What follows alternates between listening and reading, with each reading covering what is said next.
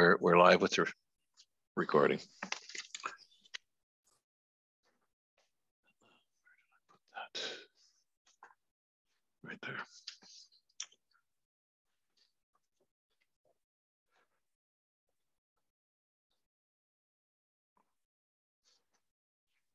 So welcome, ladies and gentlemen. It's 6 p.m. Welcome to the regular council meeting, Midland Council meeting, Wednesday, March the 2nd. This meeting, of course, is being held virtually through Zoom, the auspices of Zoom. It's being, I believe, broadcast by Rogers this session, and it's channel 53. Also, it's available through our YouTube channel. The council met at 5 o'clock in closed session to consider a couple of items, and we will be reporting out on that after the land acknowledgement and moment of silent reflection. So the land acknowledgement for the town of Midland is that the town of Midland recognizes that it is located on land which is the traditional and treaty territory of the Anishinaabe people, now known as the Chippewa Tri-Council, comprised of Bosley First Nation, Rama First Nation, and the Georgina Island First Nation. This territory is within the Pre-Confederation Treaty 5 and Treaty 16 and included within the Williams Treaties of 1923.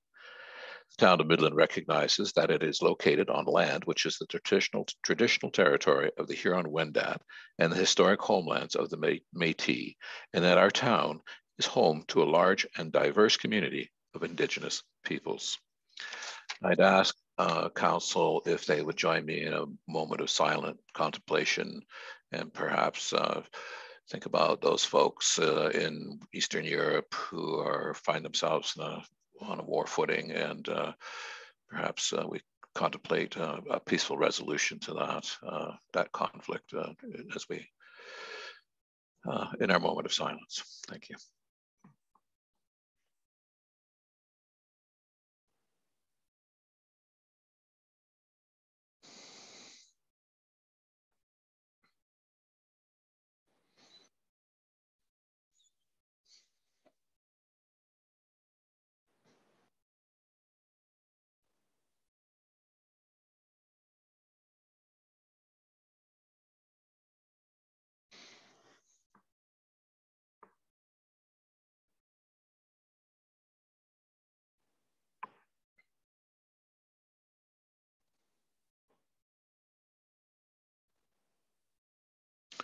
Thank you, Council. As seems to be the case these days, I'd like to extend an opportunity to CAO Deneau to make some announcements with respect to staff and events here at Town Hall. Mr. Deneau. Thank you, Your Worship and members of Council. I do appreciate the opportunity. I wanted to just take a few moments and update you on a couple personnel changes that have been made. Important, I think, to highlight these because these two positions are obviously very important to supporting the town and council, and they're often seen at council meetings. So I just wanted to make sure we acknowledge this. The first one, unfortunately, is, and I think all of council is obviously aware of this, is Michael Jeremy, our CFO, will be leaving us to head out west, which is unfortunate. I know he's an avid sailor, so I'm not quite sure why Alberta is calling for that, but I think there's certainly important family out there that that is looking forward to welcoming there. So we'll have an opportunity to obviously acknowledge all of Michael's really important contributions and thank him. He's been a real delight for us to work with, and obviously made a lot of contributions to the town. But we'll have at least another council meeting with Michael in attendance. So we'll take care of that at the next council meeting. On a happier note, we do have a new member of the town team who has joined. So Mara Vandebeek has joined us as the manager of HR. And so I'm going to ask Mara to turn on her camera and she'll be able to introduce herself quickly. But we're very excited to have Mara join our team. She joined us on Valentine's Day, February 14th. She's got a wonderful range of experience in HR. She's a certified human resource leader, registered personal trainer, certified extended disc professional, OHSA level 1 and 2 certified member, and certainly is a very engaging and caring person from everything that we've seen in the last 2 weeks that she's been here.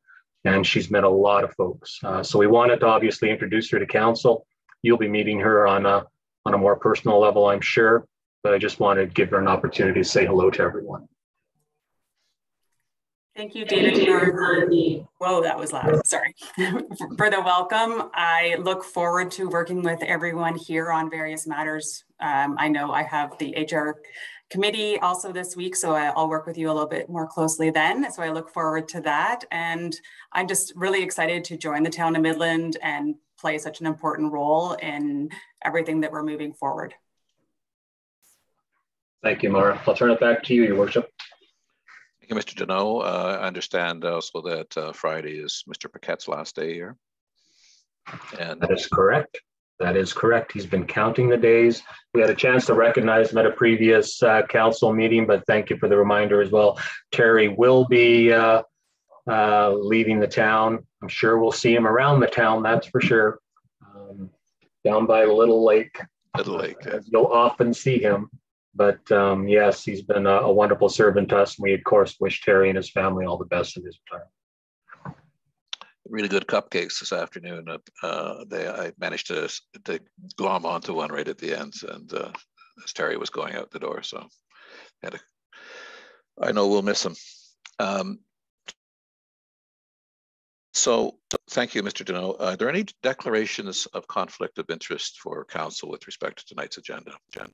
Seeing none, we do have a motion arising from the closed meeting session.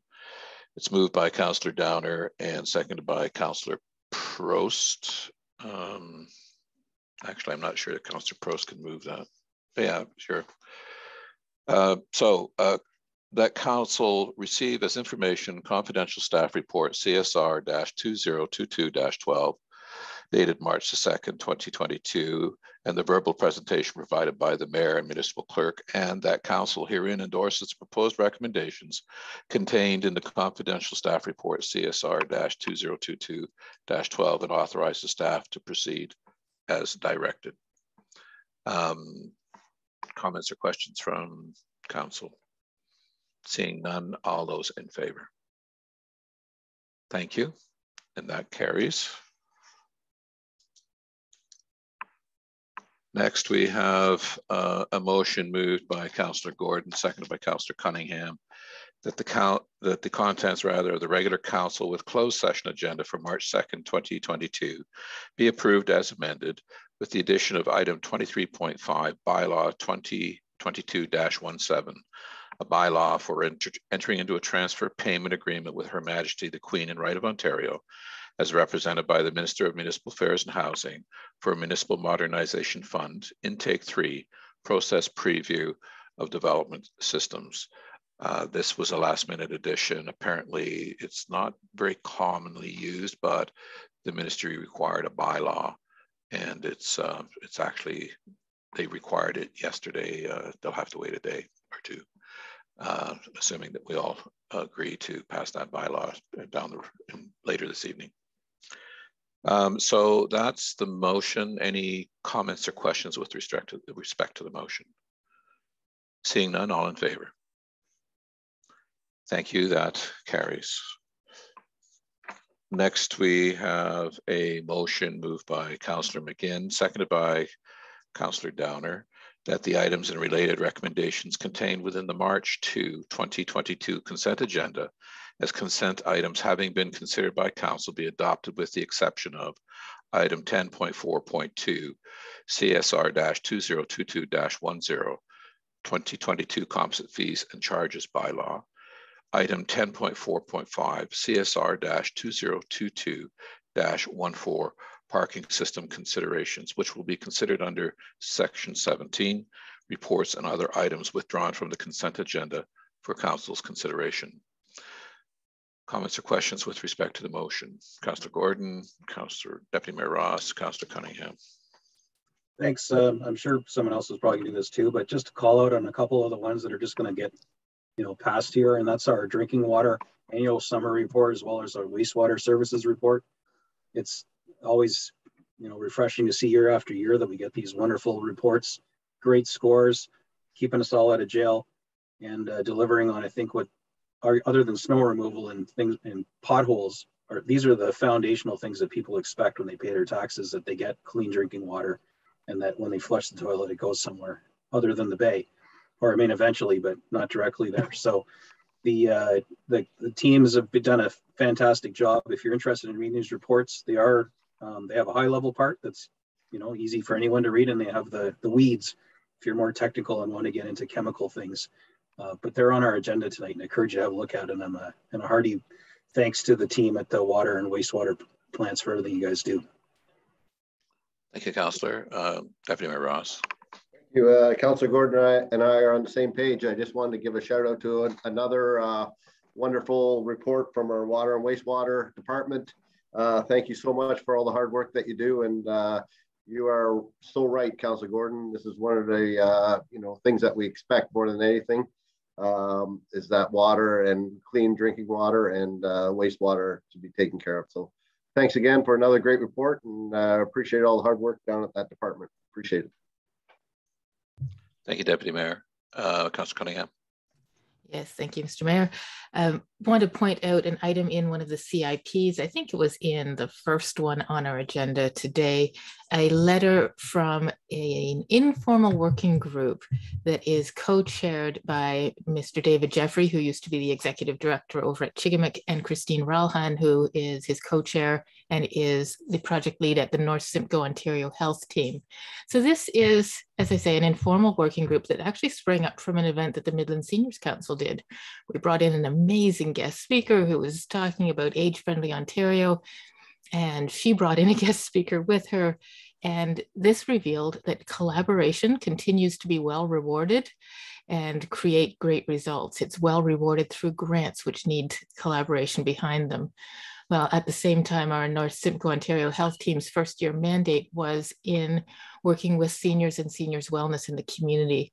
And our region in North Simcoe has a much higher aging population rate than others in Ontario. So there's this perfect storm that had this group spring up from it. The two spearheads are really working through our North Simcoe Ontario Health Team to create, hopefully, a North Simcoe age-friendly council that would expand our capacity in North Simcoe.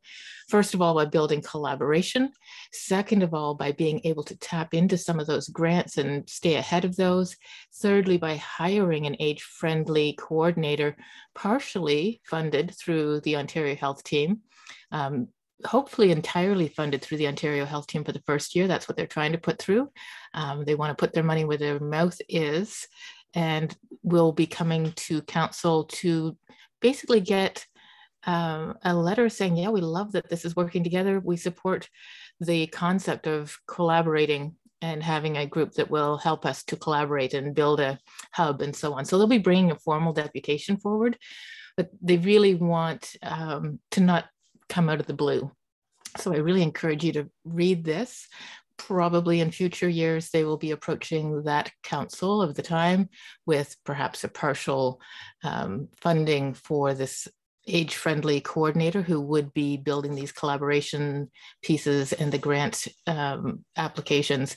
But this year, all they're looking for is to say, here's what's happening, here's what we propose, and to share some information. If you read through the letter in the beginning and have a chance, if you have questions, to reach out to David Jeffrey or Christine Ralhan and ask them for extra details. If you want invited to one of the working group meetings, they're open to that as well.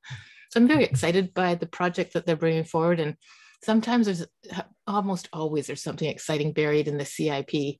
So I wanted to really shine a light on this one so that there's time to consider it, time to ask questions or have any concerns dealt with or clear up any possible misunderstandings. There are people in the working group from each of the municipalities. It is informal, so it's not equal representation on purpose, but it's pretty darn close in practice. So there's a lot of great voices at the table, a lot of excited stakeholders looking forward to being able to be supported with staff support that's already rolling out through the Ontario Health Team for an asset map of resources and how that's being used, as well as being a place to pull together some of the reports and understanding of what's happening. So I could go on for another 2 hours, but apparently the mayor wants us ready here before 10 tonight. So we'll just say, do read it and reach out to David or Christine if you've got ideas or concerns.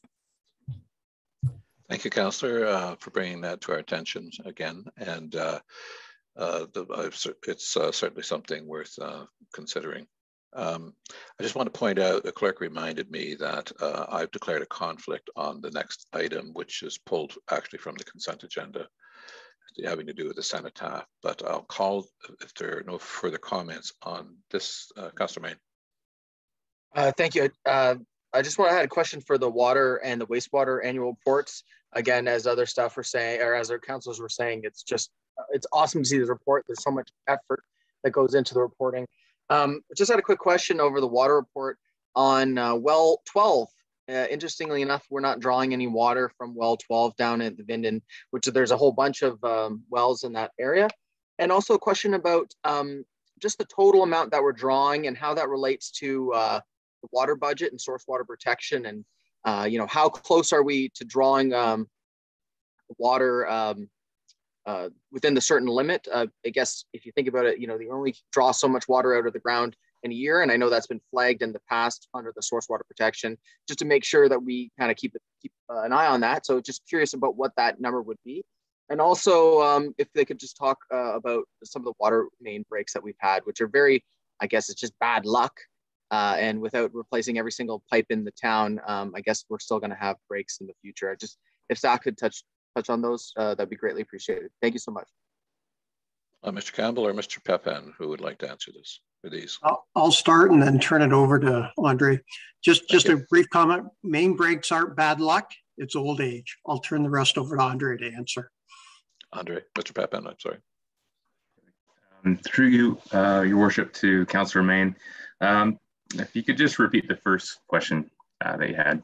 It was a question about well 12, and it looks like we're not utilizing that. And I know we don't want to discontinue wells. Just curious about the status of well 12. And the second question was about water budgets, and if the total amount that we're drawing out of the ground is well within the recharge limit, I guess you could say. Thank you. Right. Yeah. So well 12 was identified a number of years ago as having a defect in the casing. So essentially, the pipe that goes into the ground had a crack in it. And we determined through the master water plan that it would make most sense to not replace it, because leading to your next question, as far as a water budget standpoint, we're about 50% for right now. This doesn't include going out to 2041, but right now we're about 50 to 60% of our permit to take water. So we have plenty of water for the near term. By the time we approach 2041, that might be a different story, but for now we're good. Thank you, Mr. Pepin. Any follow-up, Councillor Main? Or yeah, if I can ask about the wastewater report, which was great. Yeah, and I guess it's not bad luck when pipes breaks, it's good luck when they don't. I guess that's the better way of saying it. And just on the wastewater, it was just interesting looking. I love looking at the charts. It's just fantastic numbers. I know that you're going to take a look at inflow, and still, even with King Street reconstruction and all the different reconstruction projects to get rid of combined sewers, we've done a great job in reducing the amount of rainwater that's getting into the system. But it looks like there's some anomalies. Like March, there's a peak. In December, it looks like it peaks up.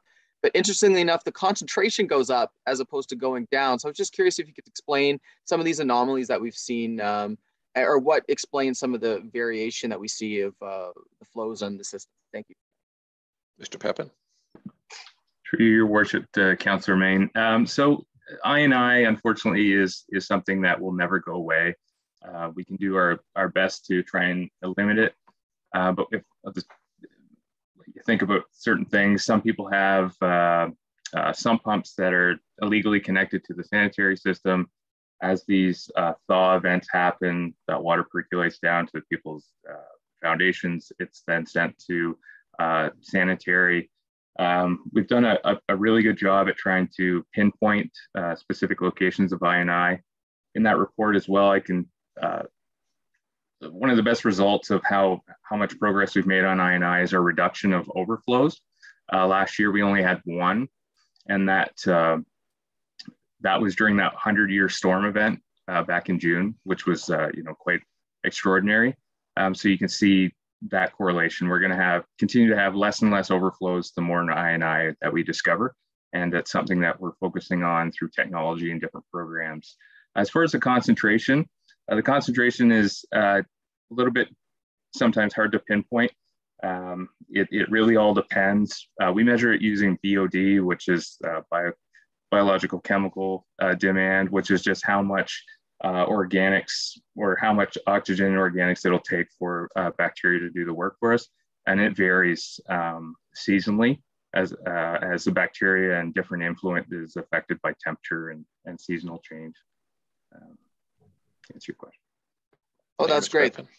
Thanks so much. I just want to make a brief comment too. I know that we've been talking about microplastics. It came up when we were talking about the wastewater master plan, and it looks like Georgian Bay Forever is continuing advocating for the decentralized, putting little filters on washing machines.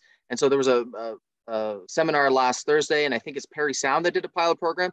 And so that's hopefully something that we can look at in the future to add to the big long to-do list for the wastewater department. So thank you so much for your great work. Thank you, Councillor. Councillor Gordon, I saw your hand up. Thanks. I didn't realize you had a conflict on this, so I just want to call it out. It's one of these things that just slides through otherwise. There are, long overdue repairs needed to the cenotaph. There's fences that's fallen over, the hedge is dead. Somebody vandalized it with blue paint. There's still remnants on it. And there's also some corrections to some names that are actually on the cenotaph. So all that work is being undertaken this year responsibly with summer students and the gardener, and there's money coming in from the Legion Poppy Fund. It's a good collaboration. It wasn't budgeted, but it's not a staggering amount, and I have zero problem at all supporting this. So it's kind of long overdue, much like a lot of our Little Lake Park kind of fallen into disrepair, and it's this getting looked after. So I want to just shout out that this is good creative partnership to get the fence repair done, the lighting replacement, and the monument repair. And I suppose the connection for the mayor is one of the four names that needs to be corrected there. That's misspelled. So that's going to get tidied up. So just wanted to shout out the good work by staff in partnership with the Legion to get this back in ship shape. So as we can all gather there again this year, hopefully, it won't be so run down looking.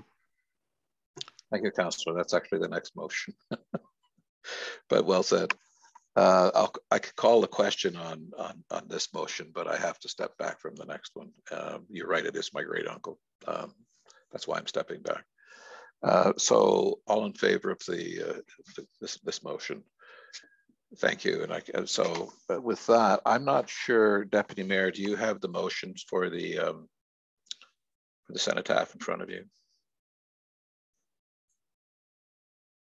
I don't have a mover and seconder, but I have the motion in front of me, yes. So I can put it on the table and we get a mover and seconder. I see. I'm going to step back. Is that fine, Madam Clerk? Yep, that's great. Great. So it's that staff report CSR 2022-11 cenotaph repairs dated March 2nd, 2022 be received, and that council received this report as information, and 2, that council approved the spending of operational funds for the required repairs. Any questions or comments with regards to this item? I see none. All those in favor? So carried. Your worship, I'll turn it back to you. Thank you, Deputy Mayor. So the next item of business is resolving the committee of the wholes. Motion moved by Councillor Gordon, seconded by Councillor Olszewski, that council resolve into the committee of the whole. All those in favor? Thank you. Deputy Mayor, back to you. Thank you very much, Your Worship. All right, welcome everybody. And tonight we have no public meetings, no presentations, no Integrity Commission reports, and no deputations or petitions, and no committee local board delegations. So we will move right into the items that were withdrawn. And first up, we have business arising from a 2022 budget deliberations, and it's COW-2021-1. That's staff sit down with the EDC&S to determine a reasonable amount of budget requests to be held back with EDC&S produces an update to council on their 2022 work plan prior to July, in which they will seek authorization releasing the remaining funds held back. I need a mover and a seconder with regards to this item. Councillor Downer and Councillor McGinn. Any questions or comments with regards to this item? Councillor Cunningham? Yes, thank you. I think that there definitely needs to be clarity, and fairly quickly, because EDC&S is in the process of hiring an EDO. It would be valuable to come up with a clear, quick, and concise request that makes sense, is kind of smart gold, so that we actually know what we're looking for, versus just coming up with a work plan. Because certainly the previous EDO has already created a work plan and submitted it, so more clarity and a good dose of courtesy would really be valuable on this. So if we could have some kind of clarity sooner than July, I think that we have hijacked the hiring process if we don't make sure that this has some good timelines tied to it and some very specific clarity tied to it. So Mr. Deneau, if you're able to get together with the EDC&S, I understand the motion is for staff to sit down, so I'm not sure what staff that will be. But if you could get an answer quicker and the EDC&S could work, I feel the ball's in their court to come up with a meeting and a work plan. Would you be able to bring that quicker than July to this council? Mr. Deneau? Yeah, yes, Deputy Ross. I think certainly I agree with you. I think certainly it's in EDC&S's best interest, and I think in our best interest as well, that we resolve this as expediently as possible. And it is something that I will certainly contact the EDC&S board chair about personally. So I will take that on, and I'll have any members of our staff that need to participate in that. But certainly we want to be reasonable in that request, and get their perspective on exactly what they feel their needs are now, and when they feel they can deliver a work plan that council could consider to release the rest of the funds. Thank you. You had a follow-up, Councillor Cunningham, or are you fine with that? Yes. So my question then would be, how are we giving them direction to what we expect to see in that work plan, and so that they know what to be working towards? If they come back with a work plan that doesn't match council needs, then we've missed out on giving them input. So I don't know how, since it was a council decision to not release the full amount of funds, have we communicated that clearly to Mr. Deneau what we will be expecting to see, so that we can potentially expedite the process? Mr. Deneau, are you confident that you're aware that what council is requiring with regards to this work plan, and confident on moving forward with this item? I think I am, Deputy Ross. I know we had a good discussion during council about the clarity that I feel council required.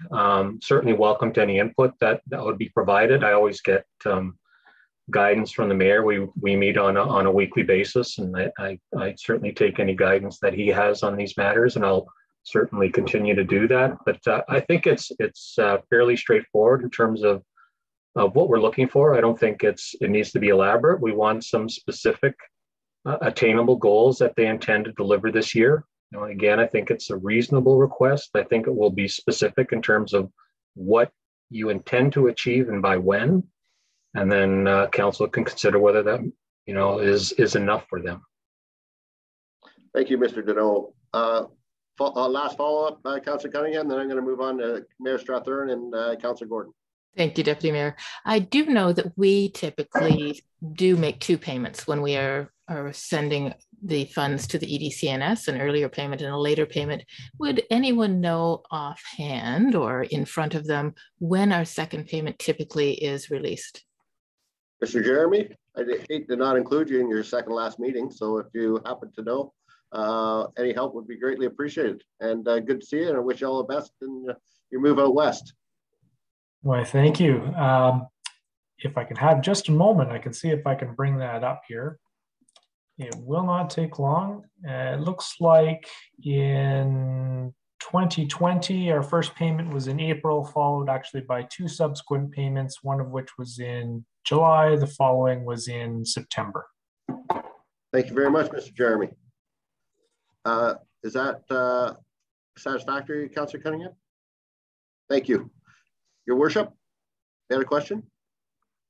Well, it was, yes, I guess in a way, it's my understanding that during the budget deliberations, there was some concern about key performance indicators, what the actual budget was by, for example, business retention expansion, money's going to Simcoe County for the Heart of Georgian Bay work that they'll be undertaking, those sorts of things. I don't think that the idea was that we were looking to withdraw funding, but rather to understand how the funding was being spent and that there wasn't sufficient detail. Not that we're looking for each line item in the budget, but generally, if you're switching to BR&E, then what is that likely to look like? Is the emphasis still on the 4 pillars, that sort of thing, and some KPIs to go along with each one, key performance indicators, a big part, stop using jargon, along with each of those areas, and to understand. I believe there was a question about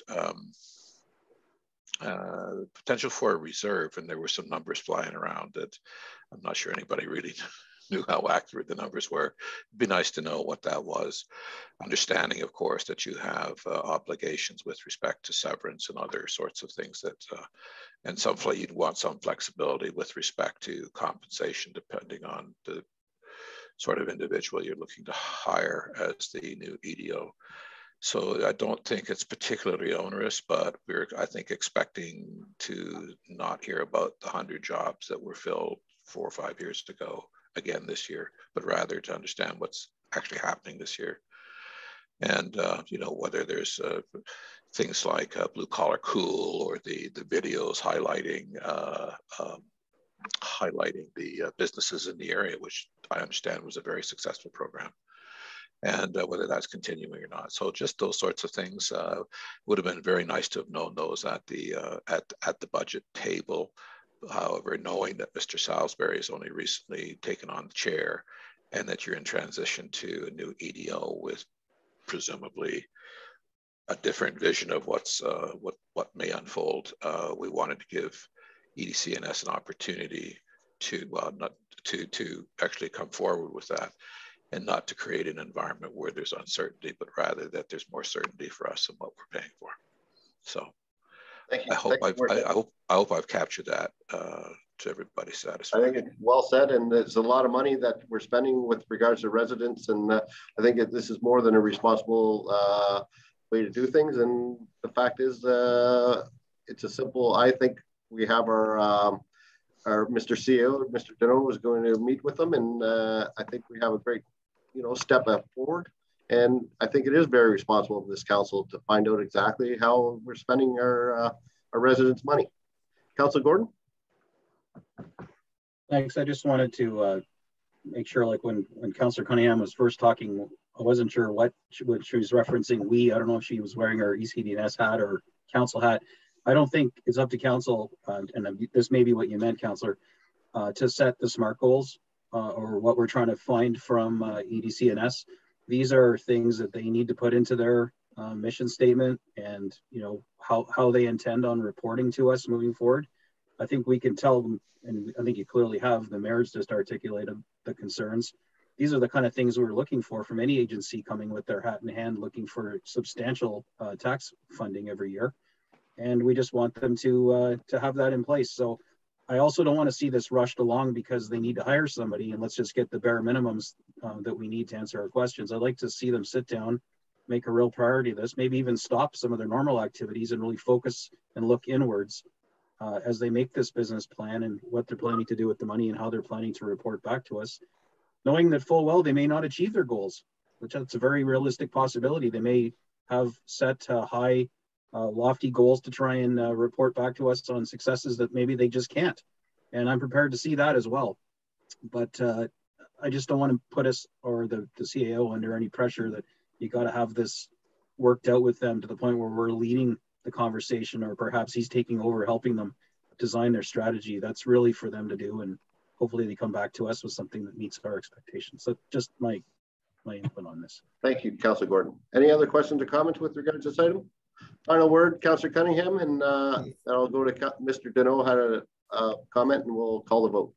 Yes, thank you. I'm not implying that our CAO should be giving them smart goals, but that our expectations should be clear of what we need to see, when we need to see it, so that there is clarity for all involved.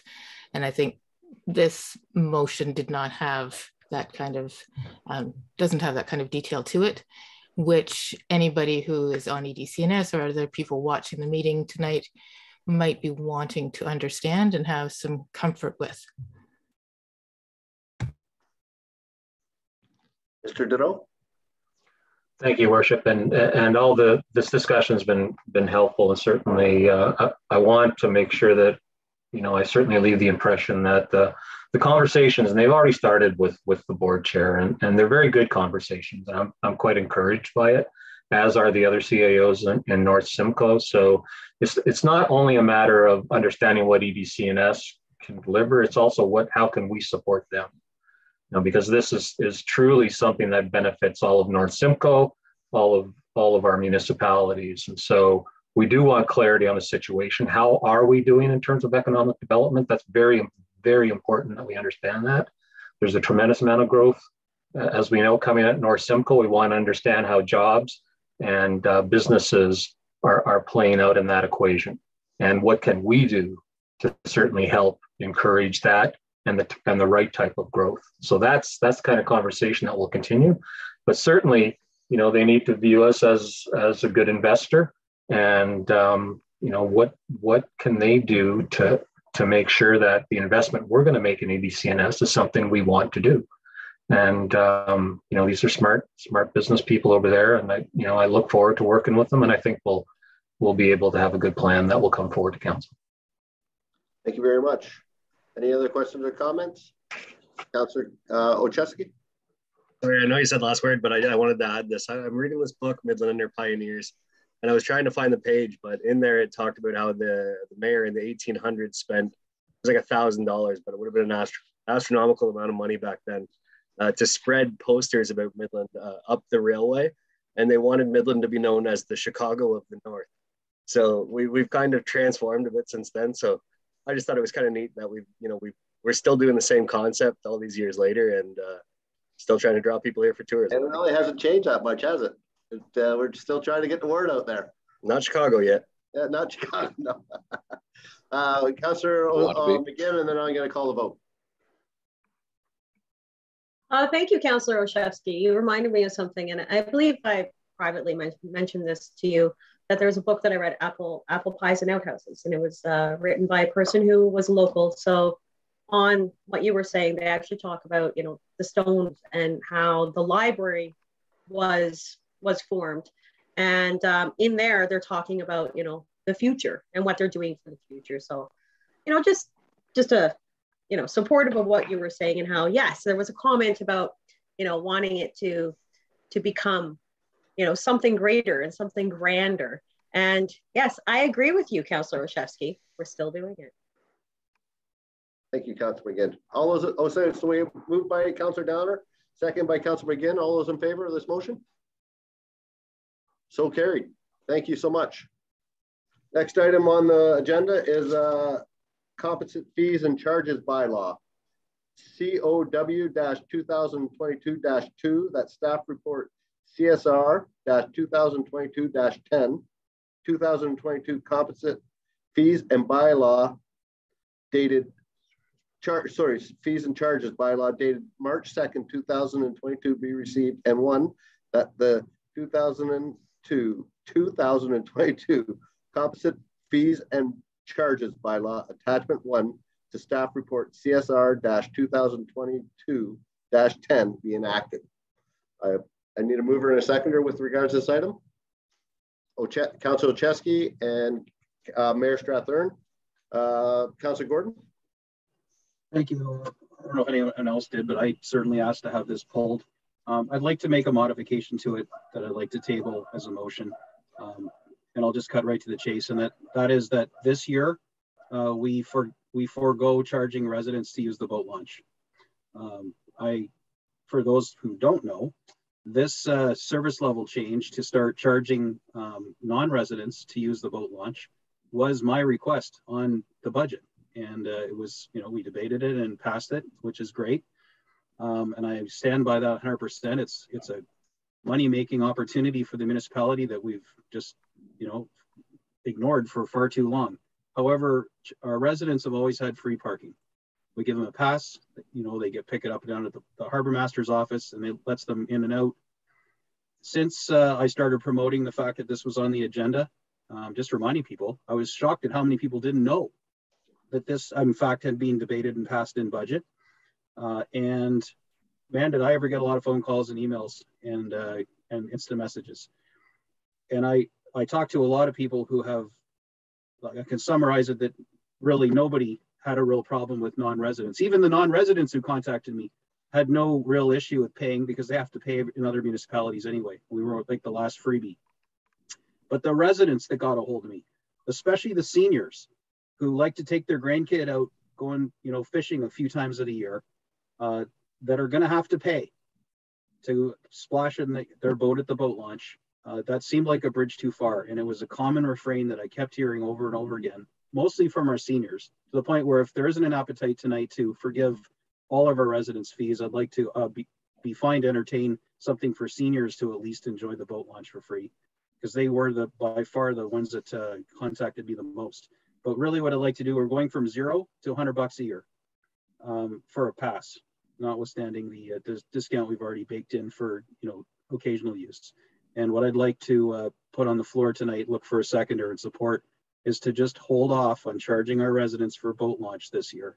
Let's move ahead with our visitors and non-residents and explore the fee system for letting our residents pay next year. Let the next council, and I'm not sloughing this off on the next council, I truly am not. I'm saying this is too much in 1 year, along with the tax increase, the pandemic, all the other things that are going on, the parking system in general, the general temperature, read the room.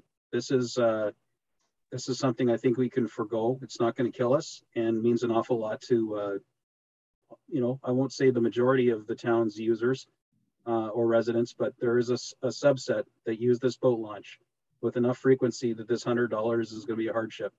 And most of those folks were seniors that I talked to. So I'm not sure when and how here, other than I suppose right now, I'd like to make a recommendation subject to staff input that we forgive the resident launch parking fee for this year.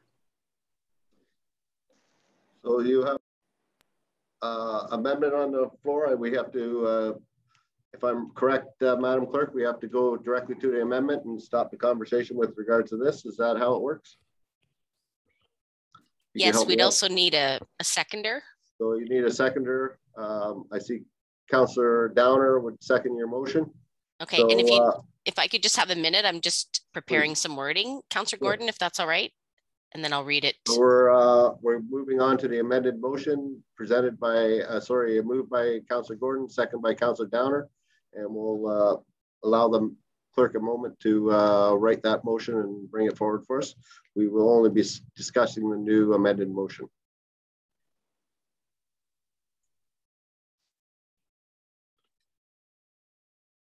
Okay, you can, I may need some clarification, but so far I have that council waive the fees for residents for parking at the boat launch for the 2022 boating season. Thank you. It would be parking as well as using the ramp. Because there's two parts of that. There's using the launch services and there's parking. And then there's the annual pass, which I'm assuming applies to both launching and parking. And I'm suggesting that there be no fees whatsoever for Midland residents to use that facility this year. Mr. Campbell, sorry. Point of order. I think that's, correct me if I'm wrong. When an amendment comes onto the floor that is different than what was written, don't we first have to say yes? Don't we have to be requested? You know, and then it goes to vote, and then it's a 2/3 vote, whether we're even going to continue discussing. Is that right, Madam Clerk? I don't know. The amendment was proposed and there was a seconder. Yes. So what I'm just trying to do is get clarification on exactly what the amendment. So the amendment is on the floor currently. So do we need a vote to accept the amendment? Well, it basically goes on the floor because there's a seconder. Right. Okay. Thank you. And I'm just a little bit. Just to be clear, the reason why I responded again wasn't to change what's on the floor. It's to clarify it because the clerk had said about the parking. And there's two parts to using the boat launch. There's launching and parking. And I want to make sure that it's clear that we're talking about the two of them together. I believe that Madam Clerk has that information. Thank you. So that council waived the fees for residents for parking and launching? Yes. I'm just looking for, if someone has some wording, then that would be great. It's all fees. It's all fees associated with this facility for residents, basically. Okay. This is what's being council proposed. Waive the fees for residents for parking and launching. And for as far as Councilor McGinn's question goes, this is not new business. This is dealing with business that's in the agenda. So you don't need the 2/3 vote. Thank you, Worship.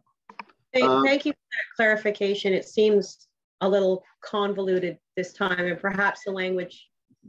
So I'm looking forward to actually hearing what Madam Clerk's going to say. But thank you very much. Mr. Campbell, you had something to add? I saw you there. Through you, Deputy, I was just going to try and clarify Councillor Gordon's recommendation, which he and the clerk are working on. That's all. Wonderful. Any other? I'll just wait for the clerk's motion, then we'll go to Councillor Chesky and then Councillor Downer.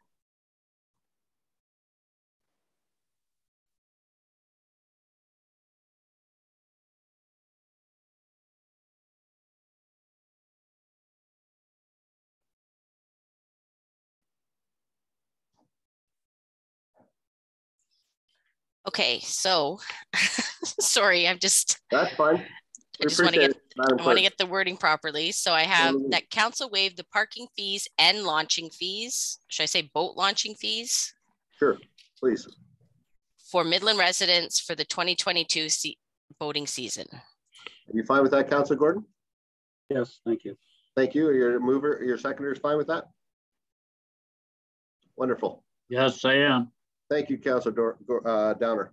Councillor Chesky, and then I'll come to Councillor Downer. Councillor Chesky? Thank you, Mr. Chair. I'm going to support this tonight, the amendment reluctantly, because I didn't support it at budget time either, and I don't feel that Midland residents should have to pay to launch their boat at Midland or park there to play baseball or whatever if you're a Midland resident, and that was my stance at budget time. Councillor Gordon, you put this on the table. Your stance at budget time, as you acknowledge, was residents should have to pay for this. And you say that you're not putting this off to the next council, but you need to acknowledge that, yes, you are, inevitably, whether that's your intent or not. You also put staff in an incredibly, it's not a huge amount of money, but it's a tough position because we've approved the budget accounting for that income. And now we put staff in a position to try to find that money without this income stream. You supported it at the budget table. You put it on your Facebook. I'm not sure what you expected. You've seen me and yourself get beat up pretty good over parking. Nobody was going to pat you on the back for charging Midland residents. You're not going to get praise for adding service fees, but it's what you do as a councillor. You make tough decisions and you stand up and you stand for them. But I didn't agree with that in the first place, Midland residents. So I will be supporting your motion reluctantly. how you went about it, not as much, but I do support the motion on the floor as amended. Thank you. Thank you, Councillor Chesky. Councillor Downer? Yes, thank you, Mr. Ross. I support this motion. This isn't the first time that I've been through this this line with Pete Peterson Park. My phone didn't stop ringing, so I don't know how it got out there. I guess some people watched the budget meetings, but there was a lot of irate people calling me about it. And I don't go on social media, but I do have a telephone. Believe me, it was ringing. So I think it's a good thing for our residents. You know, with the prices of things, by the time you buy your bait and your gas, and you're looking at a lot of money to take your kids out fishing for an evening. So I fully support it. I think we're doing the right thing. Thank you very much. Thank you, Councillor Downer. Any other questions or comments? Councillor Gordon, and then I'll go to our CEO. Thanks. Just to be absolutely clear, you can go back and look at the service level change request. My service level change request never spoke about charging residents for anything. Actually, it even suggested that we look at this for Little Lake Park for non-residents to try and monetize the vast number of people that enjoy that facility, but that didn't come up in the budget, and I wasn't going to push that point. But the key here is, and I think this is why we're here. We take a position on something, we make a decision collectively, and then we continue, not just once, but we continue to listen to our residents' feedback. And we're prepared to say, you know what, maybe that wasn't the best course of action. And then we take some attempts to try and remedy that. We're not always successful, but this collaboration and communication needs to be ongoing. So I heard plenty of it before the budget. I heard it during the budget. I made the decisions and cast my vote accordingly. And since then, I've had, much to like Councillor Downer, lots of feedback from people. And I'm prepared to stand here tonight and say, you know what, I think it was a bridge too far. And I regret that I initially passed this. I know there's going to be a financial hit to it, and I'm prepared to accept responsibility for that as well. But I think a good leadership continues to listen to the residents who put us here, and that nobody should be afraid of saying, you know what, maybe we weren't right 100% on this, and we're going to take some steps to remedy it. That's why I've got this tonight. I didn't bring it as a separate motion, a standalone. It was a perfect time to speak to it, and that's why I brought it up this evening. Thank you, Councillor Gordon. Mr. Deneau, a final word, and we'll call the vote. Yeah, thank you, Deputy Ross. I just wanted to ensure there was clarity on what was being considered on the table, and again, just in terms of clarity, the fees that are being proposed do not include parking for use at the baseball diamond. No. Okay, so we're talking about boat launching and parking with your trailer fees. So those are the fees that are in this bylaw. There is no fee, unless staff wants to correct me. It's certainly my understanding. There is no fee for the people who are at Pete Peterson Park who want to park and use the baseball diamond. So I just wanted to provide that clarity. Thank you very much, Mr. Deneau. Any other, sorry, I'll call the vote. All those in favor of this amended motion? So carried. Thank you. So I guess, do we have to go back to the original motion to pass the non-resident fees, I guess? Do we need a second motion with regards to that, Madam Clerk, or we can just vote on the voters that will accept the non-resident fees? I believe the non-resident fees were part of the original motion. Yes. I need to check. I believe I wasn't sure if we need to pass something to say that we'll approve the non-resident fees, because we just only approved not charging the resident fees. Well, essentially what council's going to do is amend the bylaw. Okay, perfect. So my next point was that the original recommendation will be enacted as amended. Okay, perfect. We're fine with that, council? I'd like to just confer with maybe CAO Deneau, sure, if he could confirm that, or Michael Jeremy. Sure, I'll take the first run at that. So the motion as it was originally presented in the staff report was intended to adopt the bylaw as it was written which included both the fees for residents and non-residents. The amendment that council is making here is to remove the resident component of that. So what that will leave is the non-resident component. So in my view, you wouldn't need to do any additional changes to this. It's just the non-resident component survives and the resident component is removed as per the amendment that council's making here. Wonderful. Thank you very much. Appreciate the clarity. Mr. Dino? I think the only thing I'd add is that the revenue shortfall, obviously, that would occur would have to be managed as a budget pressure by the administration. So, you know, again, if it's the will of council to do this, this will result in a budget pressure of a certain amount, and that's something we'll have to manage through the year. Thank you very much, Mr. Dino. All right, we'll move on to the next item, which is parking system consideration. And it's COW-2022-3. That's staff report CSR-2022-14, parking system considerations dated March 2nd, 2022 be received, and that in accordance with the content of the report CSR-2022-14, council approved the following recommendations. So what I'm going to do, if it's all right with council, there's 9 different recommendations.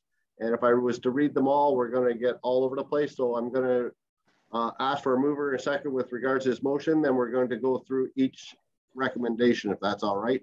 And if there's no comments, we'll just move on to the next one. Is that fine, Madam Clerk? Sorry, Deputy Mayor, did you call for the vote on the main motion? No, I don't think I did.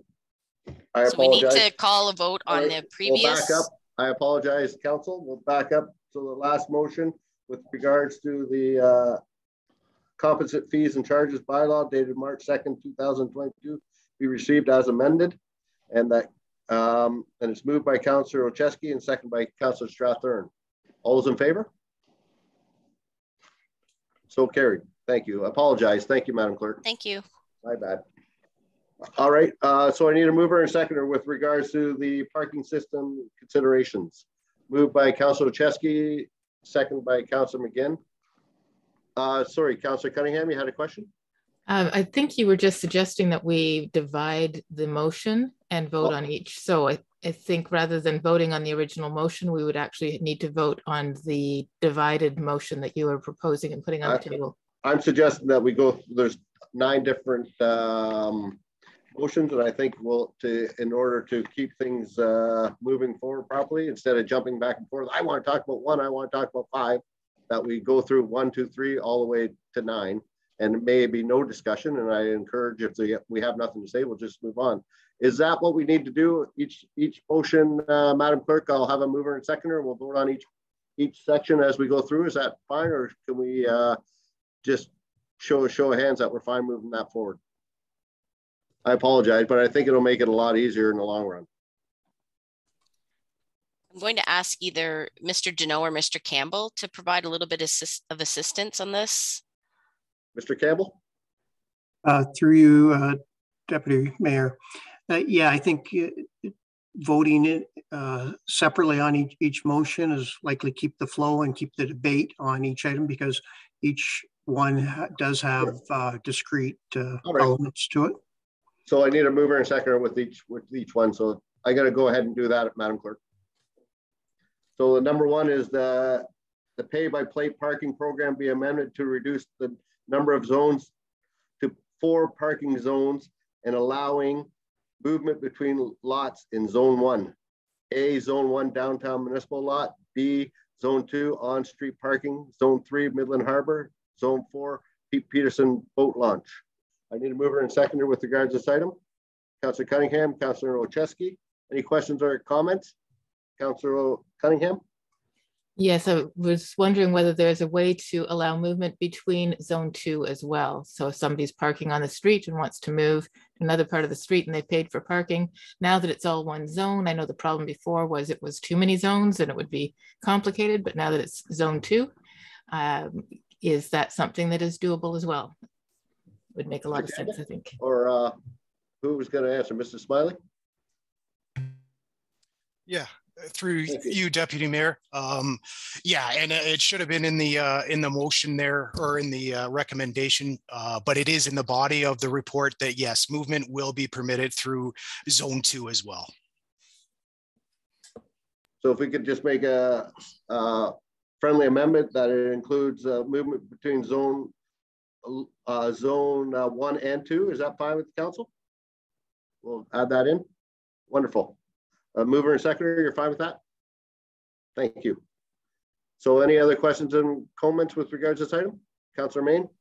Yeah, that's great that they're allowing movement between in zones. I know that was a feature that Halifax had, and they have the same system that we do. Just a question though, just what Councillor Cunningham was saying. So we're permitting people to move off street to other off streets, and we're also allowing on street to move to other on street. We're just going to want to make sure that people are very clear about that, so that we're not mixing our on street and our off street, and so people are kind of just moving all over the place. If we, which we'll talk about a little bit, if we had not had the 1 hour or 15-minute free, then that's what Halifax has, and you can move all across the zone. But because we have differentiated between on street and off street, I guess it doesn't, it probably wasn't permit that with our capability. So thank you. Thank you, Councillor Main. Any other questions or comments? All those in favor? So carried. Next item is number 2, that staff continue to work with local business groups, including the Chamber of Commerce and the BIA, to seek their input on establishing a reasonable and financial responsible permit rate for downtown workers and others of the system, and to report back to Council in May 2022. The initial intent will be to consider the following: A, to reevaluate the $99 pilot rate, but target a lower fee than the $431.21 annual rate previously charged. B, increase number of permit spots in Zone 1. C, offer residents or downtown workers a priority 2-week period to purchase permits before opening to general sales. D, eliminate designated permit zones, permit spots in Zone 1. E, eliminate permit parking in Zone 2. And F, add seasonal boater permit parking in Zone 3 from May to October. I need a mover and a seconder with regard to this. Moved by Councillor Chesky, second by Councillor McGinn. Any questions or comments with regards to this item? Councillor Main? So for item D, if we eliminate designated permit parkings for off-street, I guess Zone 1 is off-street. So then I guess it will be permit parking permit holders can move about anywhere in those lots. And I just want to say how I think it's really important to prioritizing employees to get the permits. That was the whole intention of the permit program and trying to lower it to 99, because that's the one criticism about getting rid of free parking, and was that it's a little bit regressive on the employees. Some of them are even making minimum wage. And so we're trying to soften the blow, and because the downtown employees are actually downtown more than anybody. And so we want to, thank them for their service and make it sure that their parking is easy and it's not coming out of their paycheck too much. And that's why the permit parking is an important piece of this. So I think that's great that we're looking at it and reviewing it. And unfortunately, we didn't get to have a BIA meeting because one of our BIA members is stuck out of the country. But we're going to have a meeting next Tuesday. But I did let some of them know that we're going to be talking about this. And I think they're going to be very appreciative that we're, again, continuing the input and engagement on this matter. Thank you. Yeah, and remind them that there will be a report coming back in May. So hopefully we can get some input from them. Any other questions or comments? Did I see your worship? Your worship? Thank you, Deputy Mayor. It has to do with downtown residents who purchase a permit. What are the conditions around that permit? Are they subject to the same restrictions for the lot as any other permit user or any other user of the lot, and particularly with respect to winter snow removal? So sorry, go ahead, Your Worship. I didn't mean to cut you off. Sorry, I just wanted to know how that's going to work when it comes to snow removal in the winter, because We'll ask Mr. Smiley if you could answer for us. Mr. Smiley, sir? Yeah, through you, Mr. Deputy Mayor, to your worship.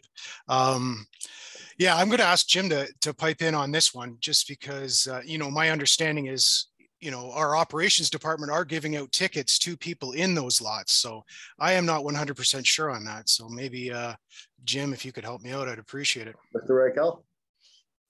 Thank you, Deputy, through you. Yeah, absolutely, sir. The permits are only valid through enforcement times, so 9 to 5, Monday to Friday. They are not valid for overnight parking or any other time. Got a follow-up, your worship? Thank you, Deputy Mayor, and thank you, Mr. Reicheld. It begs the question, why get a permit at all if you can't keep your car, if you can only keep your car there, say during business hour, during it, not for 24-hour period, then what do you do with your car when it's not permitted to be there? I mean, it doesn't make, it makes more sense to me that you just give, you put the permits to the employees that, and because I can't see how it would work for residents, because one of the calls that we get fairly regularly is that people, for example, on Midland Avenue, park a vehicle across the street, and with the notion that, well, there's nobody there, I'll just park my car. Next thing you know, they've got a ticket. And so then the question, the obvious question becomes, what do I do with my car? Not that that's my problem, but I think you're sort of creating a rod for your own back by allowing residents to buy permits unless they expressly understand that they have to move the car when various bylaws require. Thank you, Worship. Any other questions or comments with regards to this item? All those in favor? So carried. Thank you. Number 3, we have that the Hotspot mobile payment app for parking be implemented to provide increased ease of use, tap and pay, and remote payments, and flexibility for users. Mover and seconder with regards to this? Councillor Cunningham and Councillor Olszewski. Councillor Gordon, you had a question? No, actually, I'm going to throw a motion out here that may render this moot. I'd like to see us do away with the whole license plate registration system on these things and look at places like Barrie that have them all over their city and no one has to put their plate in. It's been one of the common sources of people's problem using these systems and a common complaint that I hear constantly, and it's easily done away with. We just simply turn that feature off. I get it, we bought the machines that have the keypad. We just turn that off in the software. You walk up, you drop your Loonie or your Tumi in, you print out your pass, you display it, pay and display on your dashboard, and that's how we enforce it. That could save us money on whatever this app is going to cost, the connectivity cost, the LPER system, the automatic license plate recognition. It does mean a bit more physical, old school enforcement. Brush the snow off, look on the dash. Is the ticket the right side up? Yes. Is it valid? Right on. You're good to go. It's upside down. Oh, well, you're getting a ticket. If we could probably save some money on this app, save ourselves a lot of the consternation I've been hearing throughout this whole parking sort of exercise we've undertaken, and simplify things for our users significantly by just going to pay and display. So I'm not expecting us to make a vote and decide to do away with this magically tomorrow. I do know that, and I want to commend staff on this report and all the work that's gone into it, listening to the public, addressing the issues, preparing this for us tonight, and promising to come back in May with some more analytics and more details. What I'd like support from council is to have staff consider first of all, what are the cost implications? Can we save any money? And can we turn off the license plate function in the ticket system and make it a little more simple? And there's privacy concerns in there too that people have expressed to me. So that's something I'm looking for support on seeing come back in the May report. So that's why I'm talking about it now, because it kind of would negate the need for an app. You wouldn't need an app. It's coins or tap your card. Thank you, Councillor Gordon. Councillor Olszewski, then I'll have Councillor Cunningham, then Councillor McGinn. I think I was actually lost to the party. I apologize. I just looked up and saw you're on the line. So I'll go last. Okay, Councillor Cunningham, and then I'll go to Councillor McGinn, and then Councillor Olszewski. Thank you, Deputy Mayor. Like a lot of what Councillor Gordon's saying there about how Barrie uses their system, but I will tell you, I use the Hotspot mobile payment app for parking in Barrie, and I love it. It is simple, it is easy. I can update my parking from my meeting that went a little bit longer. So it doesn't necessarily take away the need for the Hotspot mobile. It is a much better app than the other one. I would like to see us keep an app going, although I am totally open to the idea of taking the license plate off and going to a pay and display system, because again, that's another, it's the same machines in Barrie, and it is very easy, because although the growing pains of our residents are maybe almost done, our tourists coming to town again, and this is a tourist town, they will not have the chance to go through those growing pains and deal with the learning of the app and learning of the memorizing their license plate. So that side of things that Councillor Gordon's bringing up, I would love to see that come back in May and explore whether we could switch to basically emulating Barrie's system. Councillor McGinn. I think it's interesting what you're talking about, Councillor Gordon. However, without putting the license plate in, then we can't be offering, you know, an hour free or 15 minutes free. And I like that. I like that suggestion that it's license plate based, and I understand privacy. But the thing is if a person's going to get a ticket, it's based on your plate. And your plate is, you know, if you're going to get a ticket, well, it's your vehicle. It's going to say your vehicle. If you get a ticket, I've gotten them. I have. You know, to put it into a machine, perhaps, but I'm not going to debate the merits of somebody who doesn't want to put their license plate into a parking machine, or whether, you know, or an app. My concern is that if we were to do away with the notion of a person having to put their license plate in, then we cannot offer license plate based monthly permits, weekly special permits. We can't give, you know, an hour or 15 minutes, and I think that is that's very important. So I can't support this. I'm sorry. Thank you, Councillor McGinn. Councillor Olszewski. Thank you, Mr. Chair. Yeah, I won't support Councillor Gordon's notion to get rid of the app. To Councillor Cunningham's point, it does add so much versatility to the parking. I got another complaint today around accessibility of the machines. So we had a bit of snow and we had a bit of a dusting today. But I got a complaint today about accessibility to the machine. The lady said that she physically couldn't get to the machine to get a ticket. So I think the app is a great option.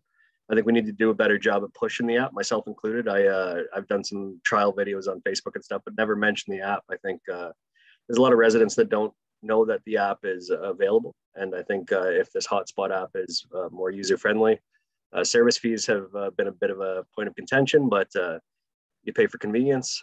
I support the app. I don't really have a preference about pay and display versus plates, but again, when it comes to accessibility, Councillor Gordon, we both have the same gentleman that follows us on Facebook that just got the ability to drive again after a workplace accident, and he would love to not have to make a trip back to his vehicle to put a ticket in the dash. So I like the app. I like the versatility and the accessibility of it. I think we need to be sensitive to the people that have a hard time getting around. So thank you. Thank you, Councillor Olszewski. Councillor Gordon, did I see your card? Yeah, I just wanted to clear up a misunderstanding that I think Councillor McGinn has about free parking. Free parking wouldn't vanish with the elimination of license plate registration.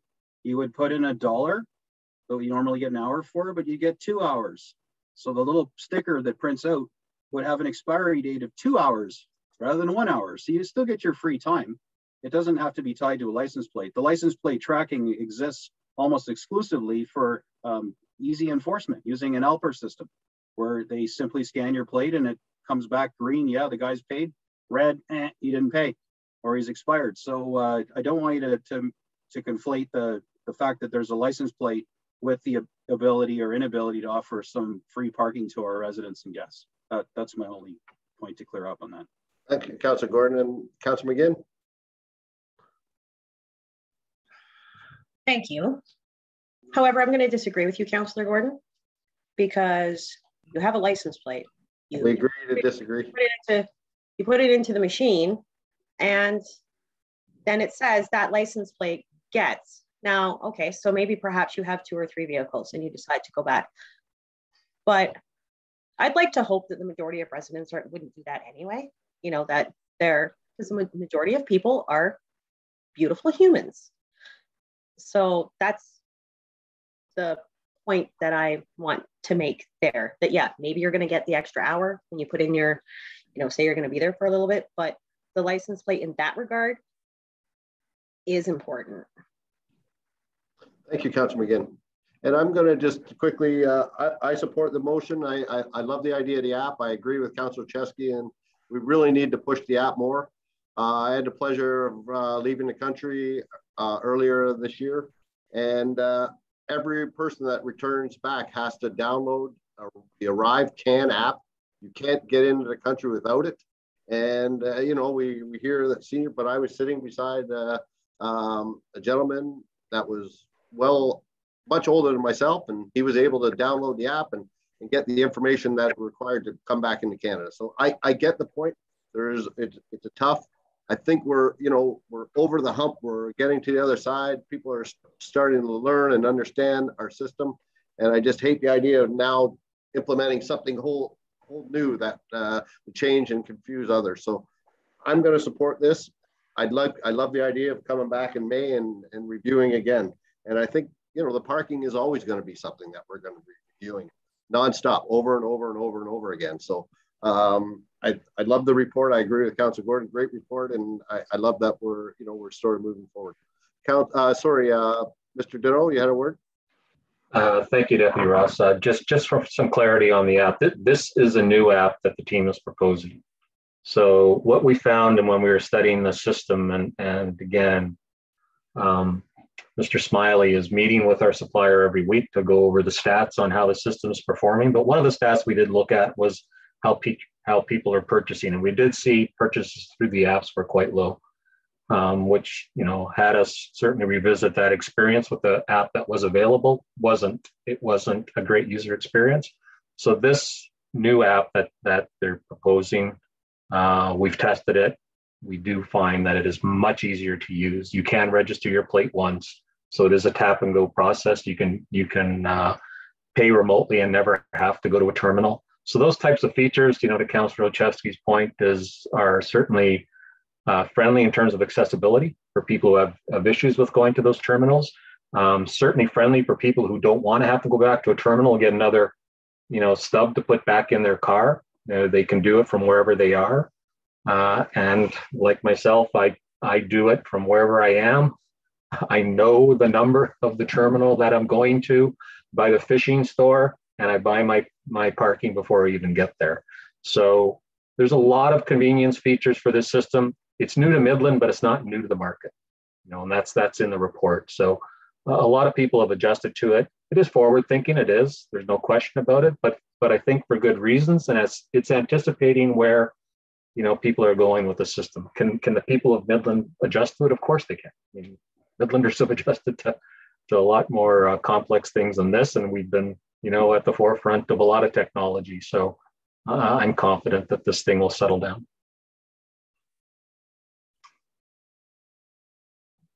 Thank you. Councillor Prost, you had a comment? I actually have a confession. I've only paid for parking once. I still have trouble with those machines. It won't take my money. I have trouble getting my plate in. It was freezing cold one day. I would love to see the pay and park where you pay and you put your ticket in your car as an option. I'll certainly learn to use the app, but I've only paid for parking once, and I've been downtown multiple times, and not because I haven't tried. So I still have trouble with it, and I think a lot of people still do. I think maybe convenience for everybody could help. If it can be, you can pay several different ways. Just my opinion and my confession. Thank you, Councillor Prost. Final word, Your Worship, and then we'll move on to the vote. We have another 6 more to get through. Thank you, Deputy Mayor. I'll keep it brief. I've had occasion to be in a dentist's office or a doctor's office, fortunately not in a lawyer's office, but it seems that when you're in a professional's office, time seems to evaporate, and the money that you thought, the time you're going to be there tends to evaporate as well. And people who actually had the app, while they didn't like the fact they had to re-enter their data all the time, in fact did so, and were able to extend their time, and rather than face, so there's multiple reasons, and accessibility comes to mind. A person who's mobility challenged, I just took my knee out about 4 weeks ago, and I can appreciate that walking back to a meter is not exactly fun when you don't have full mobility, especially in winter. So for those folks to have the app available to them, and if they have difficulty, then we could show them how to use it. You can load up as much time as you want, and as long as you remember that as the meter gets down, I have never used the app, but I'm going to assume there is a meter on there somehow that warns you when you're running down to your last 50 cents or whatever. So I personally think that the app is a great thing right across all users. You don't have to sit there and worry about whether the keys on the machine are functioning for you or not, or whether it's dropped its communications link or any of that stuff. You just put your money in and away you go. So I will support the app. Thank you, Worship, and I agree. I think a couple of us a couple of you hit it on the head that we need to promote this app as much as we can. The more people that can use the app and make it so much simpler for everybody. As I've said in the past, Tobermory probably has more visitors than any other community in the summertime, and they use this exact same parking system and in the same app. And it's not stopping people from Tobermory. And I'm a proud believer in Midland, and I know we can work it out. And let's keep positive. And I think downtown parking is fine, and you'll never hear me say anything bad about it. I'm going to support everything that we can, and then make sure that we make it as easy as possible. I think the app really is the next step in the future for making it as easy as possible. Mr. Duno? Thank you, Deputy Ross. On the education piece, I just want to obviously make the point that for anybody who does struggle with the terminals or with this new app, and again, this is a new app that requires you to register some information first, and then you're good to go. You don't have to re-enter information like plate information. You register once. So education like that, will again continue to be done by our staff, but also, and we've seen this throughout the parking system implementation, your residents, your fellow residents are helping educate people out there, and that's probably happening the most. And that is certainly something that we find encouraging, that people are certainly willing to help people get over that. That a lot of people will be familiar with this new app, new to us, and I'm sure they'll help people with that process. But certainly at the town, if anyone needs some help learning how to use the terminals, need some help learning how to use the app, be more than happy to help them. We've been 100% successful in the people that come here, that come into the town hall, looking for that request now. So we'll continue to do that. Thank you very much, Your Worship. Last word, we really need to move on. I appreciate that. I was just going to suggest that the library puts courses on for use of electronic devices, whether it's your cell phone, your computer, your PDA, whatever. So perhaps they would consider putting on a course for how to use the app and the parking machines. Likewise, Acknowledgement for people my age whose vision is not what it used to be, and and others for that matter. Two great points. Yeah. Let's get the more we get the word out there, the better. All those in favor of this motion? So carried. Thank you so much. Number 4 is that with the purchase of time in Zone 1 downtown municipal lots, 1 hour of free parking is included once per day per license plate. Moved in second. Moved by Councillor Downer, second by Councillor Prost. Any questions or comments? Councillor Cunningham, then I'll go to Councillor Gordon. Yeah, I know that this free parking has made a lot of confusion. I know we introduced the free parking thinking that it would be a way to ease into things. I would love to see free parking removed, both items 4 and 5 be removed from this parking system. It does not fix the challenges. Our parking is a very reasonable rate, and I think it just continues to add confusion and make people wonder how to access it. Even if you say with the purchase, we're not taking away the confusion. I think the way to take away the confusion is just to take away the free parking other than after 5 o'clock and on weekends. Thank you, Councillor Prost. Councillor Cunningham. Councillor Gordon. Thanks. I, you know, as the guy that brought up this free parking thing at the request of the VIA, I'm prepared to go one further right now on this particular item. I'm going to suggest and ask for an amendment and a seconder that we make one backlot free, except for special events where we can treat it like big cities do and monetize the heck out of it for event attendees. But let's just throw the community a bone. Let's pick one lot, one back lot, and just make it a free parking lot. Like this week. So on-street parking, I have zero issues with people paying to park on street. Like just give them one back lot to park on. The residents can park there, the employees, if it's not super close to their store, oh well, it's a free parking lot. And just make life easy on ourselves. Give everyone a bit of a break here. And so that's what I'm looking for. I need a seconder and then we'll see how it goes.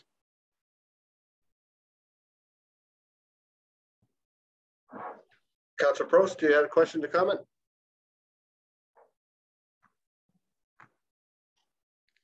I'll second that. All right, so we have an amendment on the floor that we moved by Councillor Gordon, second by Councillor Prost, that the one lot in the town of Midland become a free parking lot. Any questions or comments with regards to that item? All those in favor? Opposed? Unfortunately, your motion was defeated. We'll move back to the main motion that the purchase of that is originally moved by Councillor Downer and second by Councillor Prost, that with the purchase of time in zone 1 hour free parking included once per day per license plate. Councillor Cunningham, and then I'll go to Councillor Strathern, and then we'll call the vote. I really would like to put a motion on the table that both the item 4 and item 5 be removed and that free parking be taken off of our system. Do you have a seconder for that? Do I see Councillor Strathern? I mean, Mayor Strathern. So we have a motion, amended motion on the floor that that moved by Councillor Cunningham, second by Councillor Strathern, that number 4 and number 5 would be removed. That includes the purchase of time in zone 1, downtown municipal 1 hour free parking is included once per day. And number 5 is that with the purchase of time in zone 2, on-street parking, 15 minutes of free parking be removed. All those in favor of removing this free parking? Opposed? So unfortunately, was not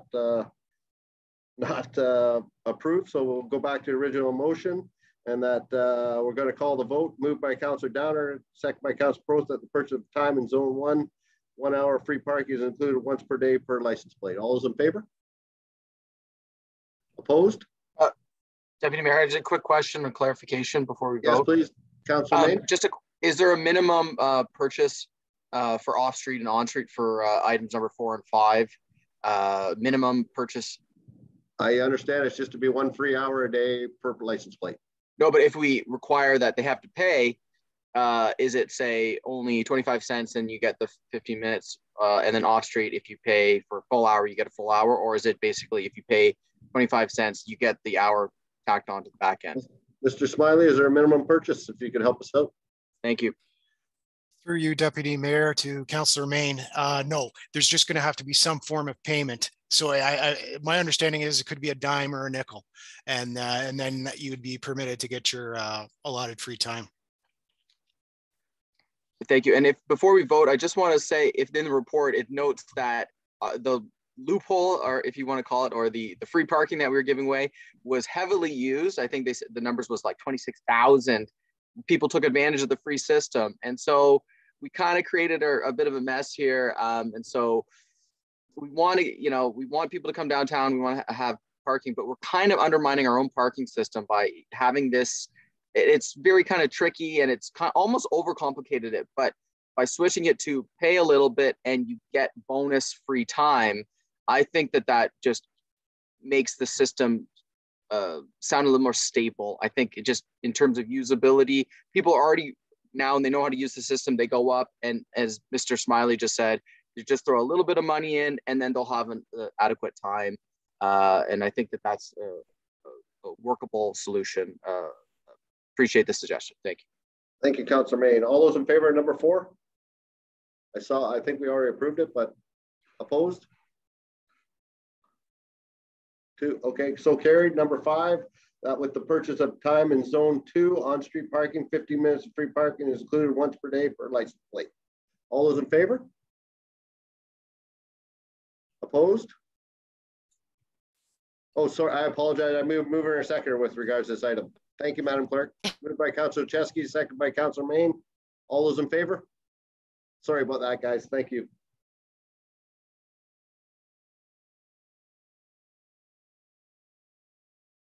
Number 6, that additional signage be installed in zone 1, 3, and 4 lots Harbor and Pete Peterson, lots Harbor and Pete Peterson Boat Launch. Any need a mover and seconder with regards to 6?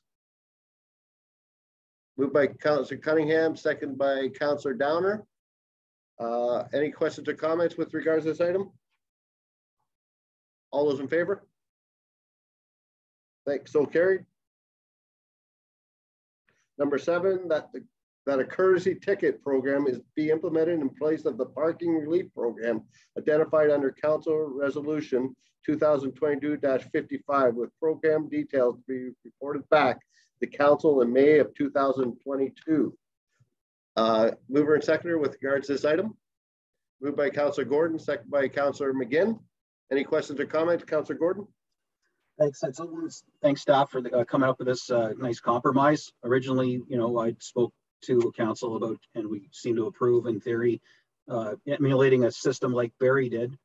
And as the pandemic winds down, hopefully, and restrictions are open and things are going back to normal, this courtesy ticket seems like a good replacement for what we'd suggested. So I wouldn't mind hearing, I get that we're not going to really hear the meat of it until May 2022, like May this year, but maybe Mr. Smiley could give us a little teaser of what he's got in mind, if he's prepared to do that now, or we just wait until May, just to know what this courtesy ticket program looks like in theory.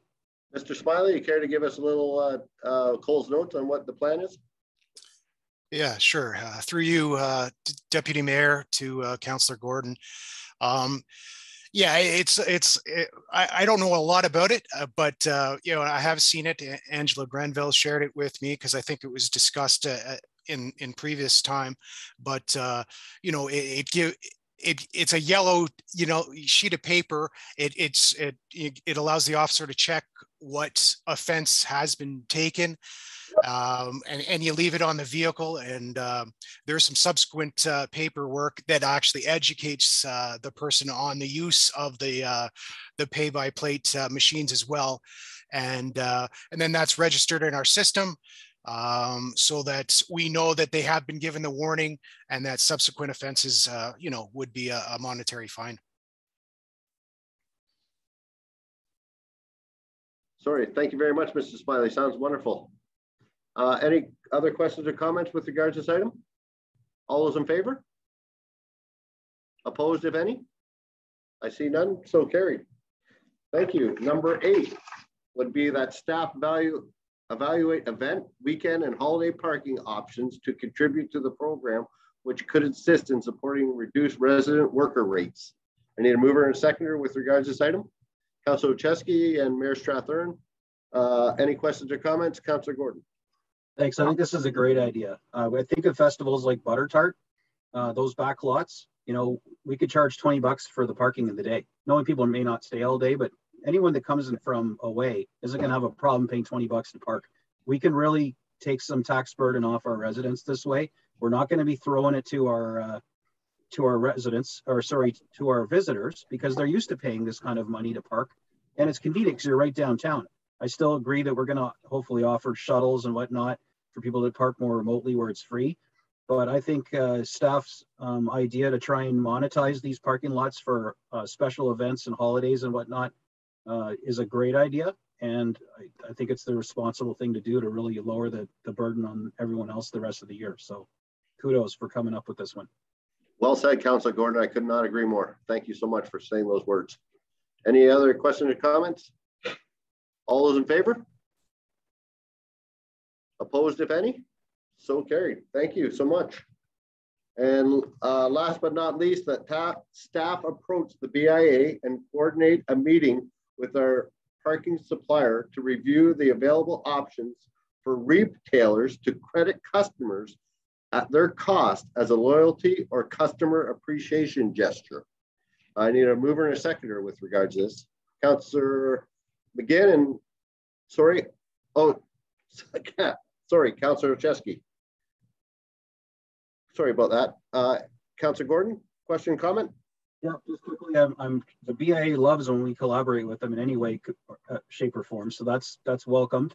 I know that there's some people were kind of taken aback when they read this, because what we were originally considering was forgiving tickets for people that shop downtown, and now the onus is going to be on the business to basically subsidize, people parking, validating their parking, if you will. This was a question I asked of our supplier or somebody way back when we were first talking about this parking system, is does it have that ability for businesses, if they choose to validate parking? If someone came in and dropped $100 in my place, what's $1 off at the register to have them park? I know I said that originally, and I still think that's valid, but I think we need to recognize that we are in this one transferring some of these costs and burdens onto our downtown businesses that arguably are struggling, those that survived the pandemic. So I want to be cautious with this, and I'm sure our staff will be in negotiating with the BIA. Let's find the best, most reasonable way to do this.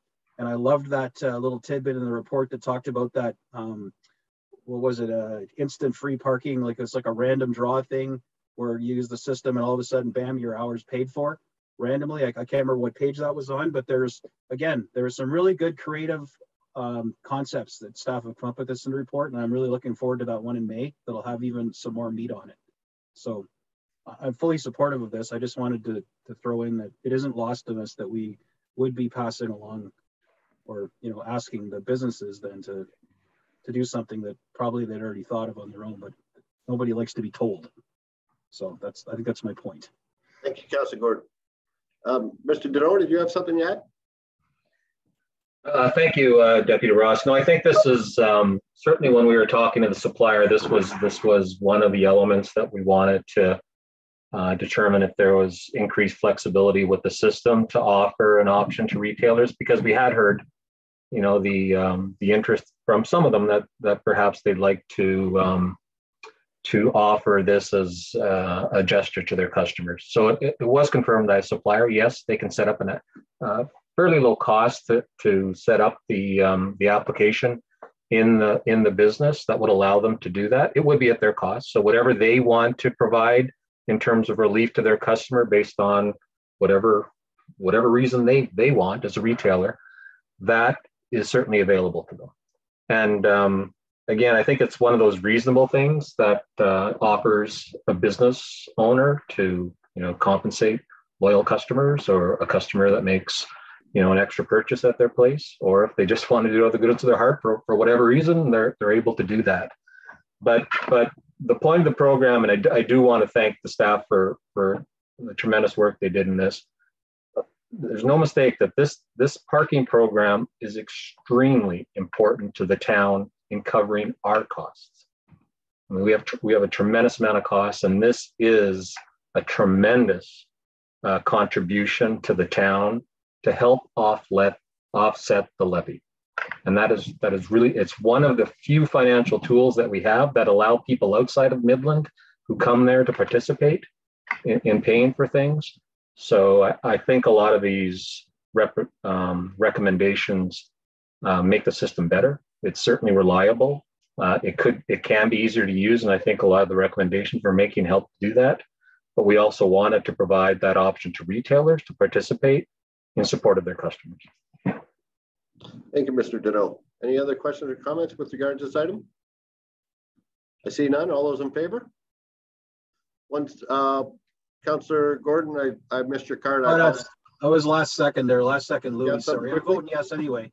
But I just wanted to say, could we let the CX people come up with some other things, like some kind of lottery for these passes? You know, if we're going to maybe give away 5 permits to the people downtown and have a lottery system for it. I like these things that don't play, and there's no preferences. You don't have to be first up in the morning to line up and get it. There's got to be some neat creative ways, and it looks like from this report you guys are considering that. So again, I'm looking forward to big things in May when this comes back to us. There could be some great opportunities for the BIA to do some programs, give away some downtown bucks and things like that. I know they do it for other events, and what a perfect way of implementing, you know, you use our parking, and put your name into a draw and you can win some downtown money to spend. So it really is, there's some great opportunities. I think you're right, Councillor Gordon. Right, Councillor Chesky. Thank you. And I just wanted to comment on the parking report in general. I thought it was very well done. Great to see some of the creative solutions that we're having. And I just thought we could release some parking passes as NFTs. I keep bringing it up every meeting, and you know, you buy a parking pass and we partner with the Midland Museum and the MCC. And if you buy a parking pass, you got free tickets to a few shows or some other stuff around town, some creative ideas like that. I also talked to local IT, and Councillor Gordon will cringe with my terminology here, but discussing Flash and creating like a simulation where you can do the parking terminal in the comfort of your own home, and you can do it through Flash and without a lineup of people behind you, you know, hoping to get their parking pass in the -30 weather. You could go through the process a few times on your computer at home through the software, and if you screw up, then you get to try it all over again at no charge. So I asked a friend of mine if he could whip something up quick, and he's working on it. Just something that I could demonstrate. But I thought it was a creative idea, and NFTs are too. So thanks. Thank you very much. We got our creative juices still flowing. I love it. Thank you, Councillor Chesky. Sorry, I'm not sure if we got the vote, but all those in favor of number 9? Opposed, if any? I don't think so. So thank you so much, everyone. That was wonderful. We got through the parking 9 recommendations. I hope that was worked out for everybody. But I think it was a great discussion, and we were opportunity to discuss each item. So thank you so much for allowing that to happen. Next up, we have a COVID update, and that Mr. Deneau will provide a COVID update with regards to Town of Midland. Mr. Deneau? Yes, thank you, Deputy Russ. I'll try and be brief on the COVID status. I think we're obviously all aware of a lot of the changes that have been happening. I think everyone's quite anxious to certainly get on with our lives to the extent that we can, and hopefully that a lot of things continue to get better.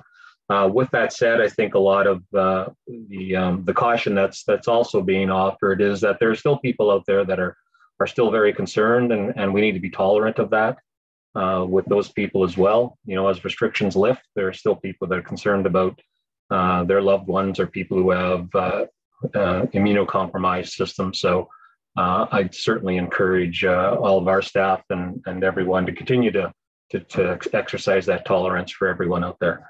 But certainly things are changing as we know, and at the town we've accommodated those changes that the province has introduced. No longer do you have to provide the vaccination proof at the rec center, and that was I think something that was quite welcomed by a lot of people, and certainly for the staff that had to enforce that, it was certainly welcome for us as well. Things always went well. People were very respectful at our facilities, so that wasn't an issue. But I think, again, you know, trying to return to normalcy is something that we're all looking forward to. With that, I'll just comment a little bit on the situation in terms of the numbers. So there are 14 active cases, I believe, 5 active cases in the ICU now. To give you some context, The high point this year was 14 in ICU. So we're at 5 in ICU right now. So still not good to have people in ICU, but certainly not the numbers we saw at the peak, towards the end of January. There are about 24 people currently in the hospital with COVID. There was a high of 61 again at the high point. So again, as we know, we kind of peaked at the end of January, and we've been coming down off of that peak. But again, it's still out there, still circulating in the community. Last week, unfortunately, in Simcoe Muskoka, there were 10 deaths. Monday, there were 2 deaths. Tuesday, 6 deaths, and Wednesday, 2 deaths. So it's still quite concerning in terms of the impact it has. But again, in terms of the healthcare system being able to handle it, we're in a much better state. And that's certainly what the numbers demonstrate. When you look at our capacity in terms of ICU beds and ventilators, much better than it was during the peak, which allows us to obviously accommodate more opening. So we're paying attention to that very quickly. You saw how the town adjusted to the relaxation on the vaccine proof and the increased indoor capacity. We're still looking for some clarity from the chief medical officer on isolation periods, because that's very important, not only to our business, but probably other businesses as well. When people have to isolate when they're diagnosed with COVID, that's something that plays into our staffing models. And that clock can reset itself multiple times if you're in a family where there's a COVID virus that potentially circulates. So we want to understand how those isolation periods are going to continue to be enforced. We want to understand how vaccination proofs, what procedures are going to be implemented. So we're looking for some guidance on if we're going to continue to enforce those vaccination procedures. Masking, lots of talk on when the masking will be made optional. And you're seeing speculation from the province that perhaps towards the end of March that might happen. I think again, it depends on what we see with the situation, but that is something that we're obviously watching. The other aspect we've asked for some clarity on is council chambers. We're all anxious to get back into our newly renovated council chambers, which are, I think looking very good in terms of its capability from an audio and video standpoint. But again, we want to understand what are the rules that will be in place around that council chamber when we look to get back, towards the end of March, early April.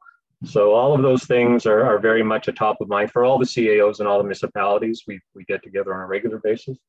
So we'll be looking for that clarity from our chief medical officer, who we meet with on a weekly basis, and we'll certainly communicate that as anything goes forward. But the one point I did want to again stress, let's be tolerant and kind to those people who are adjusting to all these changes. And let's again continue to be hopeful that the worst is behind us and the best is in front of us. I do want to make one shout out, because we did see a report from them earlier today in the council meeting about our water wastewater team. And Midland, I think, as you know, one of 4 communities that actually participates in providing surveillance data on COVID to the health units. So if you really want an accurate picture of kind of what's happening with COVID in the community, you can see what's happening in Midland. If you go to that Simcoe Muskoka District Health Unit website, you can see the actual stats with the charting on Midland wastewater, and it's from everything that we're seeing as a very accurate pre-indicator of where COVID is in the community. So again, Midland stepping up and doing its part with a tremendous team at our water wastewater facility. So with that, I will turn it back to you, Deputy Ross. Thank you very much, Mr. Deneau. I can't imagine, I know it's been really tough on everybody, but I can't imagine what our healthcare workers, our doctors, nurses, people running long-term care have gone through in the last 2 years. We all meet people that are upset with, but I can't imagine how, and thank them wholeheartedly for all their hard work. Thank you so much. It's hard to believe. I still remember when we were closing down for the pandemic, and it was right around almost 2 years ago coming up. It was St. Patrick's Day week. And I remember we were going to close down, and somebody came up to me, well, you can't do the main street. I plan on being open in 2 weeks. And 2 years later, we're still in a pandemic. So it really, I thought, yeah, 2 weeks, 3 weeks, how long do you think it could be? But it really is baffling. And for these healthcare workers to be doing this for 2 years, wow. And thank you so much and great job. Wow. Anyway, Councillor Chesky, I sort of took everybody's thunder, but I apologize. Well, thank you, Deputy Mayor. I was intending to be light with my comment, but I don't want to take away from the nurses and the severity of the situation. I do want to voice my respect and thoughts around that. But I just wanted to say our first council meeting back to council, I think we have a great opportunity here to waive the dress code so that we can all dress up from the waist up and wear pajama pants on the bottom, as we all been doing for the last 2 years. So I think we have to do that for our first meeting back. I'll certainly be there in my Toronto Maple. I love it. Or shorts. I love it. Great idea. Any other question, Councillor Main? Thank you. Yeah. You know, that's the thing is we're all trying to be still pretty vigilant here. I had a niece who had COVID last week. I have family members that currently have it right now out on the West Coast. And my aunt had the expression, we need to have a healthy respect for COVID. And I think that that's a pretty good way of saying it because most of the time it's mild, but sometimes it's been very deadly for some people. So also a great reminder with the Novavax and Medicago vaccines, there's so many great options for vaccines. We continue need to promote that to people to get boosted, to get vaccinated, to get the different vaccines. I know there was one basketball player who hasn't been vaccinated, but he said he wanted to take the plant-based vaccine, which is the Medicago one, which is fantastic.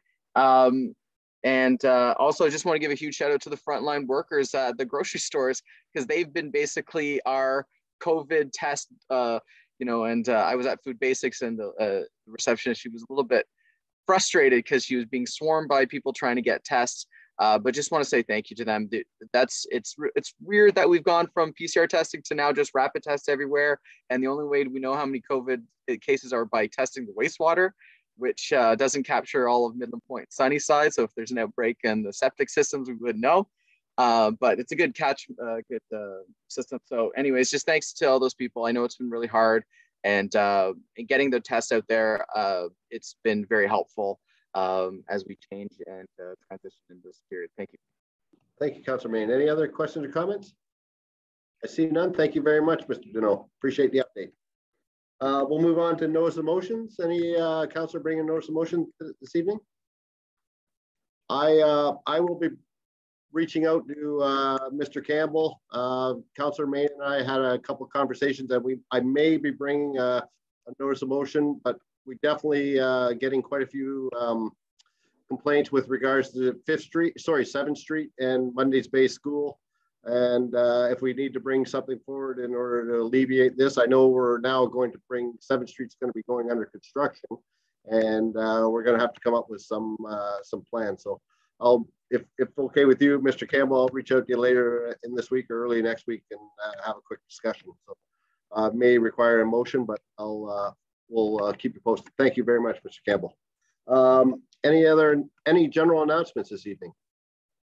Councillor Olszewski. Thank you, Deputy Mayor Ross. I just wanted to reiterate on the last meeting, I announced we were doing the coldest night of the year walk for support of the guest house homeless shelter. Our Lakewood drivers raised over $3,000. Wow! For the guest house homeless shelters. So, very proud to be a Lakewood driver. We all did our 5-kilometer walk, and it was cold and a windy day, so it was fitting for the cause. And, just happy to support the guest house. So thank you. Congratulations! Great job. Well to go. Councillor McGinn. So this is extremely personal. I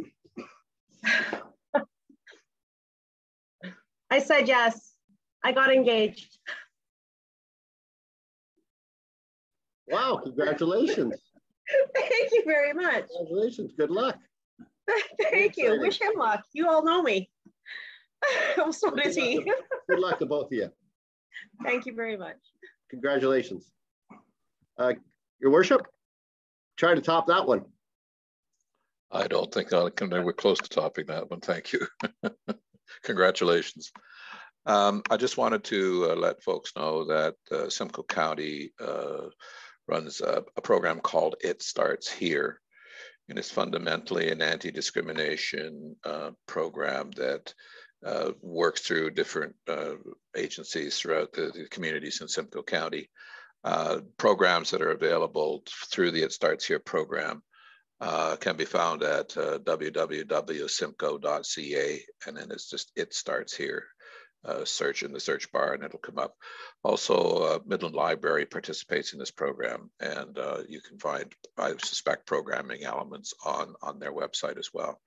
It's not only about discrimination just generally within the community, but it's also a month where there's a focus on welcoming people from different countries and different backgrounds to our communities generally, and learning about multicultural activities at the same time. So I would encourage people to participate in that program. It's I know from the briefings we've had at County Council, it's quite it can be quite enlightening actually. And the one event they had was cuisine from various countries, and it was not only delicious, but it was informative as well. So I encourage people to participate in that program. Thank you, Your Worship. Councillor Cunningham. Thank you, Deputy Mayor. On the opposite of the coldest night of the year, I noticed that the OPP have sent out their aerial shots of the open ice that is out on the bays. So please be aware that no ice is safe ice.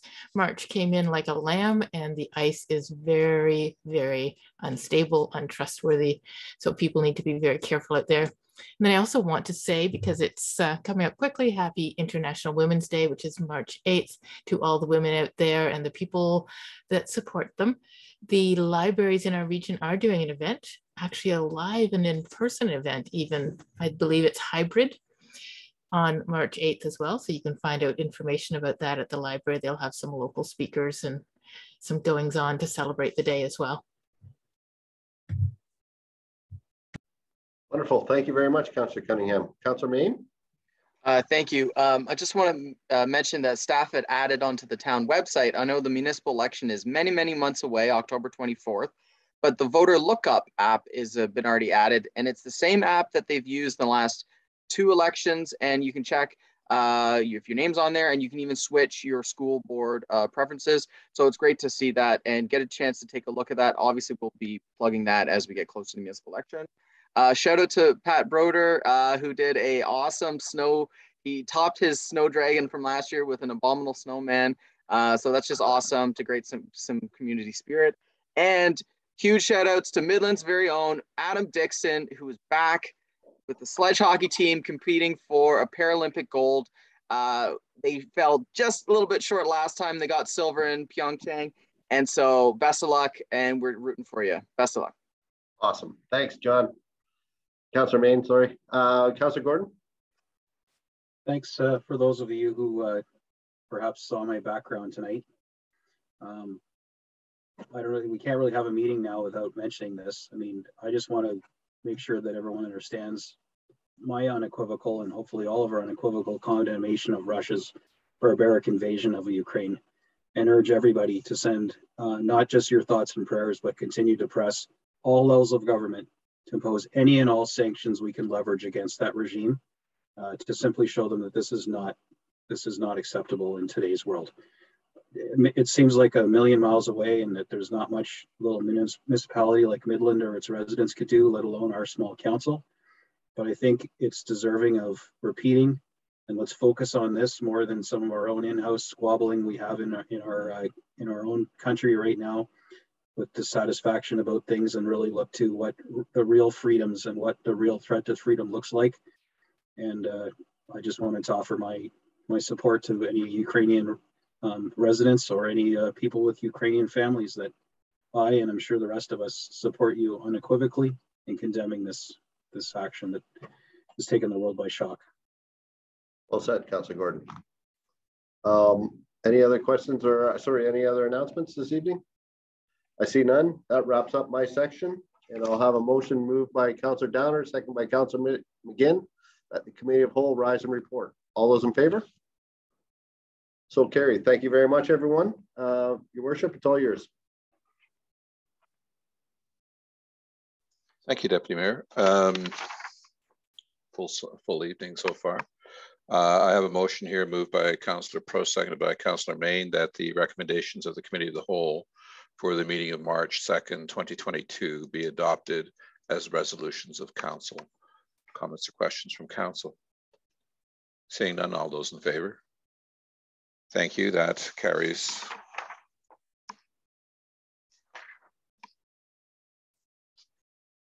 We'll now move into, there are no sorry, I'm on the wrong page here, beg your pardon.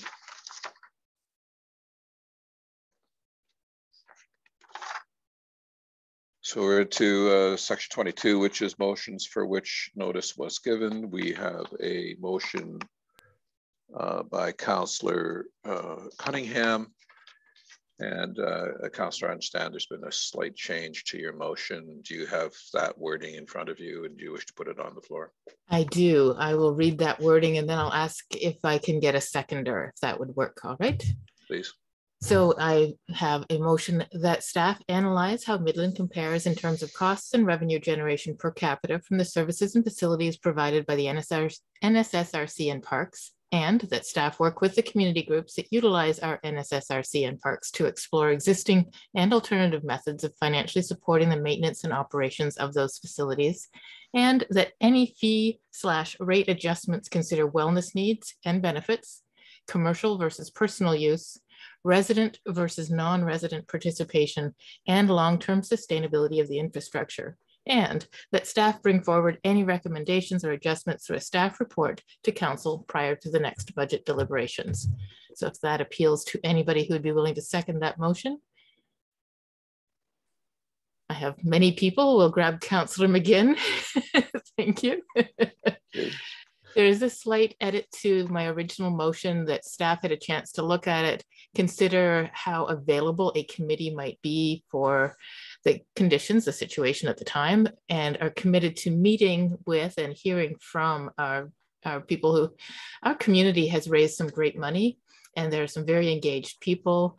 I think we've probably heard from a bunch of them in the last couple of weeks, so that commitment remains there, although you'll see that the committee has been taken out, which will actually make this more accessible for people who may not be able to participate in some committee work. So there will be definitely public input, smaller meetings, smaller get-togethers, and a chance to really appreciate the work that has gone into raising money to support some of our facilities. I know at one point there was one single fundraiser raised about $100,000 for NSSRC, which can reduce the funds required to do junior hockey by a significant amount. So that's, I think this allows a more well-rounded response to the challenges of maintaining the NSSRC, and also take some of the weight off the NSSRC as we bring in the full parks and other amenities that we have going. Thank you, Councillor. Any questions for the Councillor? Councillor Gordon. Thanks. I think this is the missing link. This is something, and I'm not, throwing staff under the bus, but this should have been done before the recommendation came to us for that rather substantial fee increase for the Sports and Rec Center. Although there's no arguing the cost of whatever it is, $1 million a year to run the place. We can't print that money ourselves, but going to the stakeholders and having them involved in it rather than having them up in arms when they see it on a budget document, I think is a lesson learned that we need to do that first.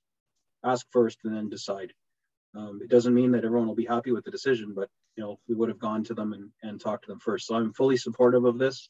I think in fairness, we should have done that to start, but better late than never.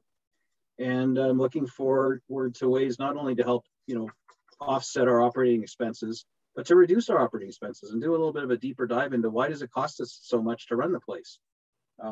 Because much like our taxes, we can't just keep spending and raise taxes. We need to control our spending as well, just like anybody's budget. So I hopefully that's going to be part of this as well, not just looking to how can we fund what we're spending, but how can we reduce what we're spending to start with. It doesn't have to be articulated in there. I'm sure staff's smart enough to handle that. But I just want to say it isn't lost on myself or probably anyone else that, we need to look at both sides of the equation, how we're generating revenues and also how we're controlling our spending. Thank you, Councillor. Any other comments or questions from Council for Councillor Cunningham? Councillor Main. Sorry, I had Councillor McGinn first and then Councillor Main. Beg your pardon. Councillor Cunningham, that is a brilliant amendments to an already very well worded original amendment. The original motion, but your amendment really captured the essence of what we as advocates are supposed to do and how inclusive we're supposed to be. So thank you so very much. I support this wholeheartedly. Thank you, Councillor. Councillor Main. Thank you. Yeah, the committee, when I first saw the motion, I was like, oh, we got to form a committee. We got to put people on the committee. We got to, you know, land the plane before election time, lame duck period or whatever. So I think this is a great approach. This is going to require considerable level of analysis. We were taking a look at Milton, did a great fees review, but they had an external consultant do that. And basically you looked for two factors: how much does it cost to provide the service and what revenue do you get it in? But when you start breaking down all the different activities, you start coming up with different percentages of how much money's coming in and how much you're bringing back. And once you know that number, then you kind of say, well, let's, instead of, you know, losing this much, we're going to lose only like a little bit less and less. And then you try to create a plan. And it's going to be interesting to see, because some activities are revenue neutral. We bring in just as much money as the things cost. But as we know, a majority of things are heavily subsidized and the revenues just won't cover the cost. So that's a reality for providing these recreation services. But this is part of the conversation we're having. We'll have the analysis internally, but the external partners, all the different sports groups and all the great volunteer groups and community groups that do so much and mean so much to the community, having them being involved in this is going to be great, and it's very helpful because it's going to be an annual issue if we're going to be all every year, you know, trying to adjust the rates. And so having this approach, I think, is great. So thank you for this motion. Thank you, Councillor. Any other comments or questions with respect to the motion? Mr. Deneau. Thank you, Your Worship. I do. I think staff certainly look forward to engaging with our community partners, and it's not like we don't engage with them on a regular basis. Certainly, the people who support them at those facilities understand very well what their needs are and how they feel about the services. But I do want to make the point that through the budget process, we were asked to provide some options for council to consider, and these were just options. What they demonstrated, though, through the budget process, and I think this is something that I think we all deserve to take some credit for, is I think we've got a very good understanding of the circumstance that Midland is in. And we do have very few financial tools at our disposal. We do not get anywhere near the amount of government funding as some of the other municipalities that are comparable to us. And we have, you know, a lot of infrastructure needs that are coming at us with very little reserve capacity.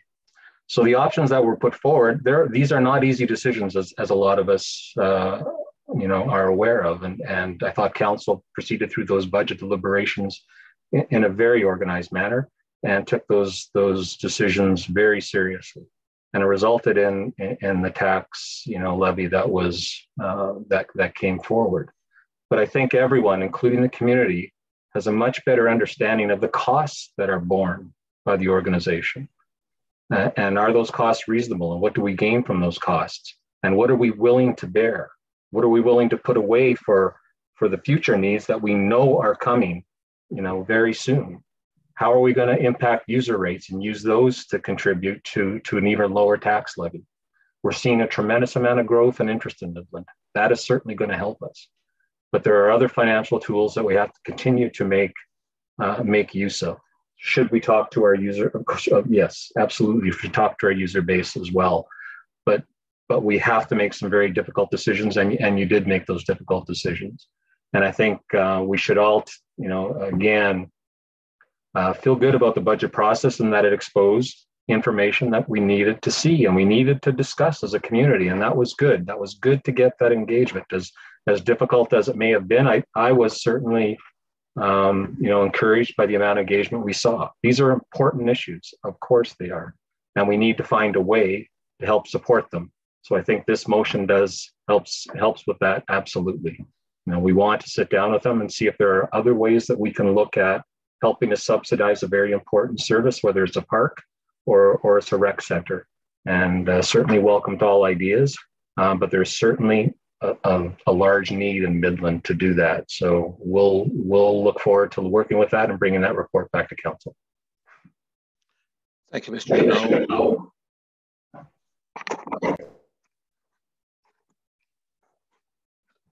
Sorry, just a second. Sorry, thank you, Mr. Deneau. I would just say that this represents a formalism of what was understood by council during the budget process. It puts it quite well, and so that staff sort of summarizes what council understood coming out of the budget process. So thank you, Councillor Cunningham, for putting it in a form that allows some action going forward from staff and engaging with the community. I'll support this wholeheartedly. Thank you. So unless there are further comments or questions, I'll call the question. All those in favor? Thank you very much. That carries. So next we have headphones that won't stay on my head. We have a motion by Councillor Olszewski, and I'll read the motion as written, that the town of Midland write a letter asking the Premier and provincial government to immediately repeal Bill 124 as a first step to ending the nursing and healthcare worker crisis and preventing a health system collapse. Councillor Olszewski, can I get a seconder for that first of all? Deputy Mayor Ross, thank you. Councillor Olszewski, would you care to speak to it? Sure, I'll be very brief. Bill 124 was brought in before the pandemic in the name of financial responsibility or fiscal responsibility. Through the pandemic, we've seen our healthcare workers go through some incredibly challenging times. Bill 124 caps their wage increases at 1% per year, and we're seeing inflation at over 5 times that right now. So I understand this is purely symbolic. We're the small town of Midland pushing uphill. It is an election year for our Premier. Stranger things have happened. He may repeal this bill to garner some support from healthcare workers, but this is in front of multiple councils across the province right now, and likely to be approved by many of them. And I think it sends a pretty firm message that our small towns, our hospitals, we support our healthcare workers, and we're doing everything we can to support our healthcare system and prevent the health collapse. Thank you very much.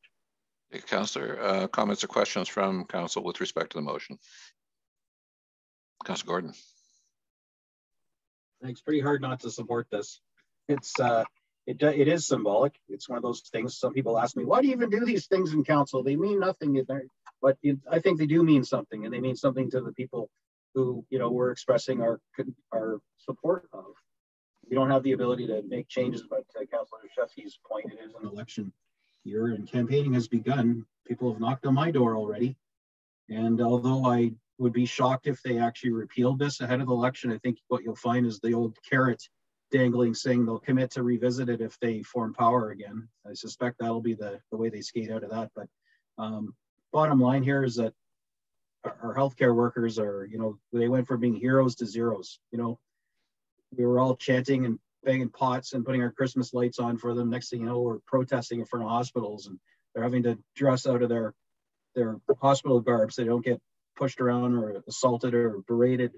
You know, people are upset at government decisions and taking it on healthcare. So they've really taken a beating on this, and to cap their pay. I'm not suggesting for a second that our healthcare people are all, you know, starving and not being paid enough, but to place these unfair restrictions on their ability to bargain as a collective bargaining unit, it really hamstrings the process, and it's a little unprecedented and unnerving. So I'm glad this came to us. I probably got the same letter the rest of you guys did.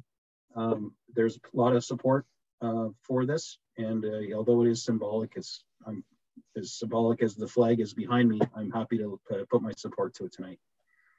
Thank you, Councillor. Any other comments or questions with respect to the motion? Councillor Olszewski.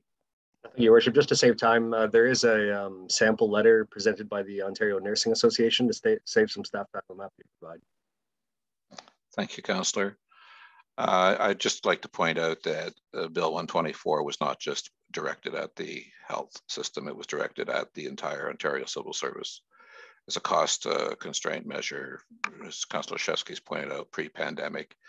There have been quite a few amendments made to Bill 124 as the pandemic has progressed, particularly with respect to personal care workers and frontline workers in the health system, bonusing, and with respect to increases in hourly and so on. So to be fair to the province, but not that I pretend to know how the province might or might not manage its budget, I will support this.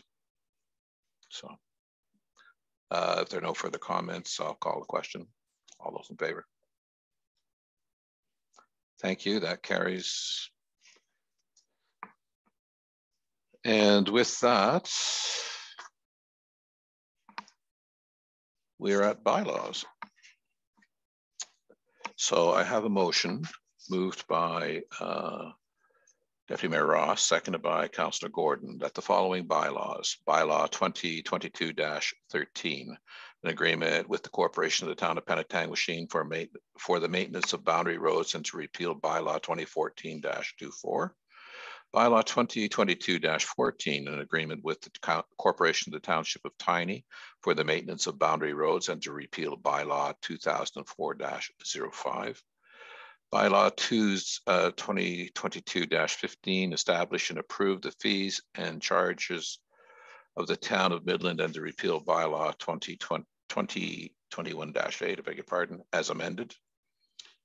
Bylaw 2022-16, transfer payment agreement with Her Majesty the Queen in right of Ontario as represented by the Minister of Municipal Affairs and Housing for the Municipal Modernization Fund Intake 3, the bracket work order and preventative maintenance solution and citizen portal implementation. There's a mouthful. Bylaw 2022-17, transfer payment agreement with Her Majesty the Queen in right of Ontario as represented by the Minister of Municipal Affairs and Housing for our Municipal Modernization Fund Intake 3, process review of development systems be passed and enacted. Comments or questions with respect to this motion? Seeing none, all those in favor? Thank you. That carries. In case anybody's wondering, some of these things have to do with the wink, wink, nudge, nudge about some of the items in the budget. I'm sure Mr. Howard's picked up on that by now. He had a couple questions about what that was all about. Next, we have a motion by Councillor Cunningham, seconded by Deputy Mayor Ross, that bylaw 2022-18 being a bylaw to adopt the proceedings of the regular council meeting with closed session held March the 2nd, 2022 be passed and enacted. Comments or questions? Seeing none, all in favor? Thank you. That too carries. And finally, moved by Councillor Olszewski, seconded by Councillor Prost, that this regular meeting of council with closed session adjourn at 8:16. So we didn't have all those in favor. Thank you. We didn't have to use the 10 o'clock red button and to continue. Thank you very much for that, council. Enjoy your weekend. I understand it's going to be almost summer-like. And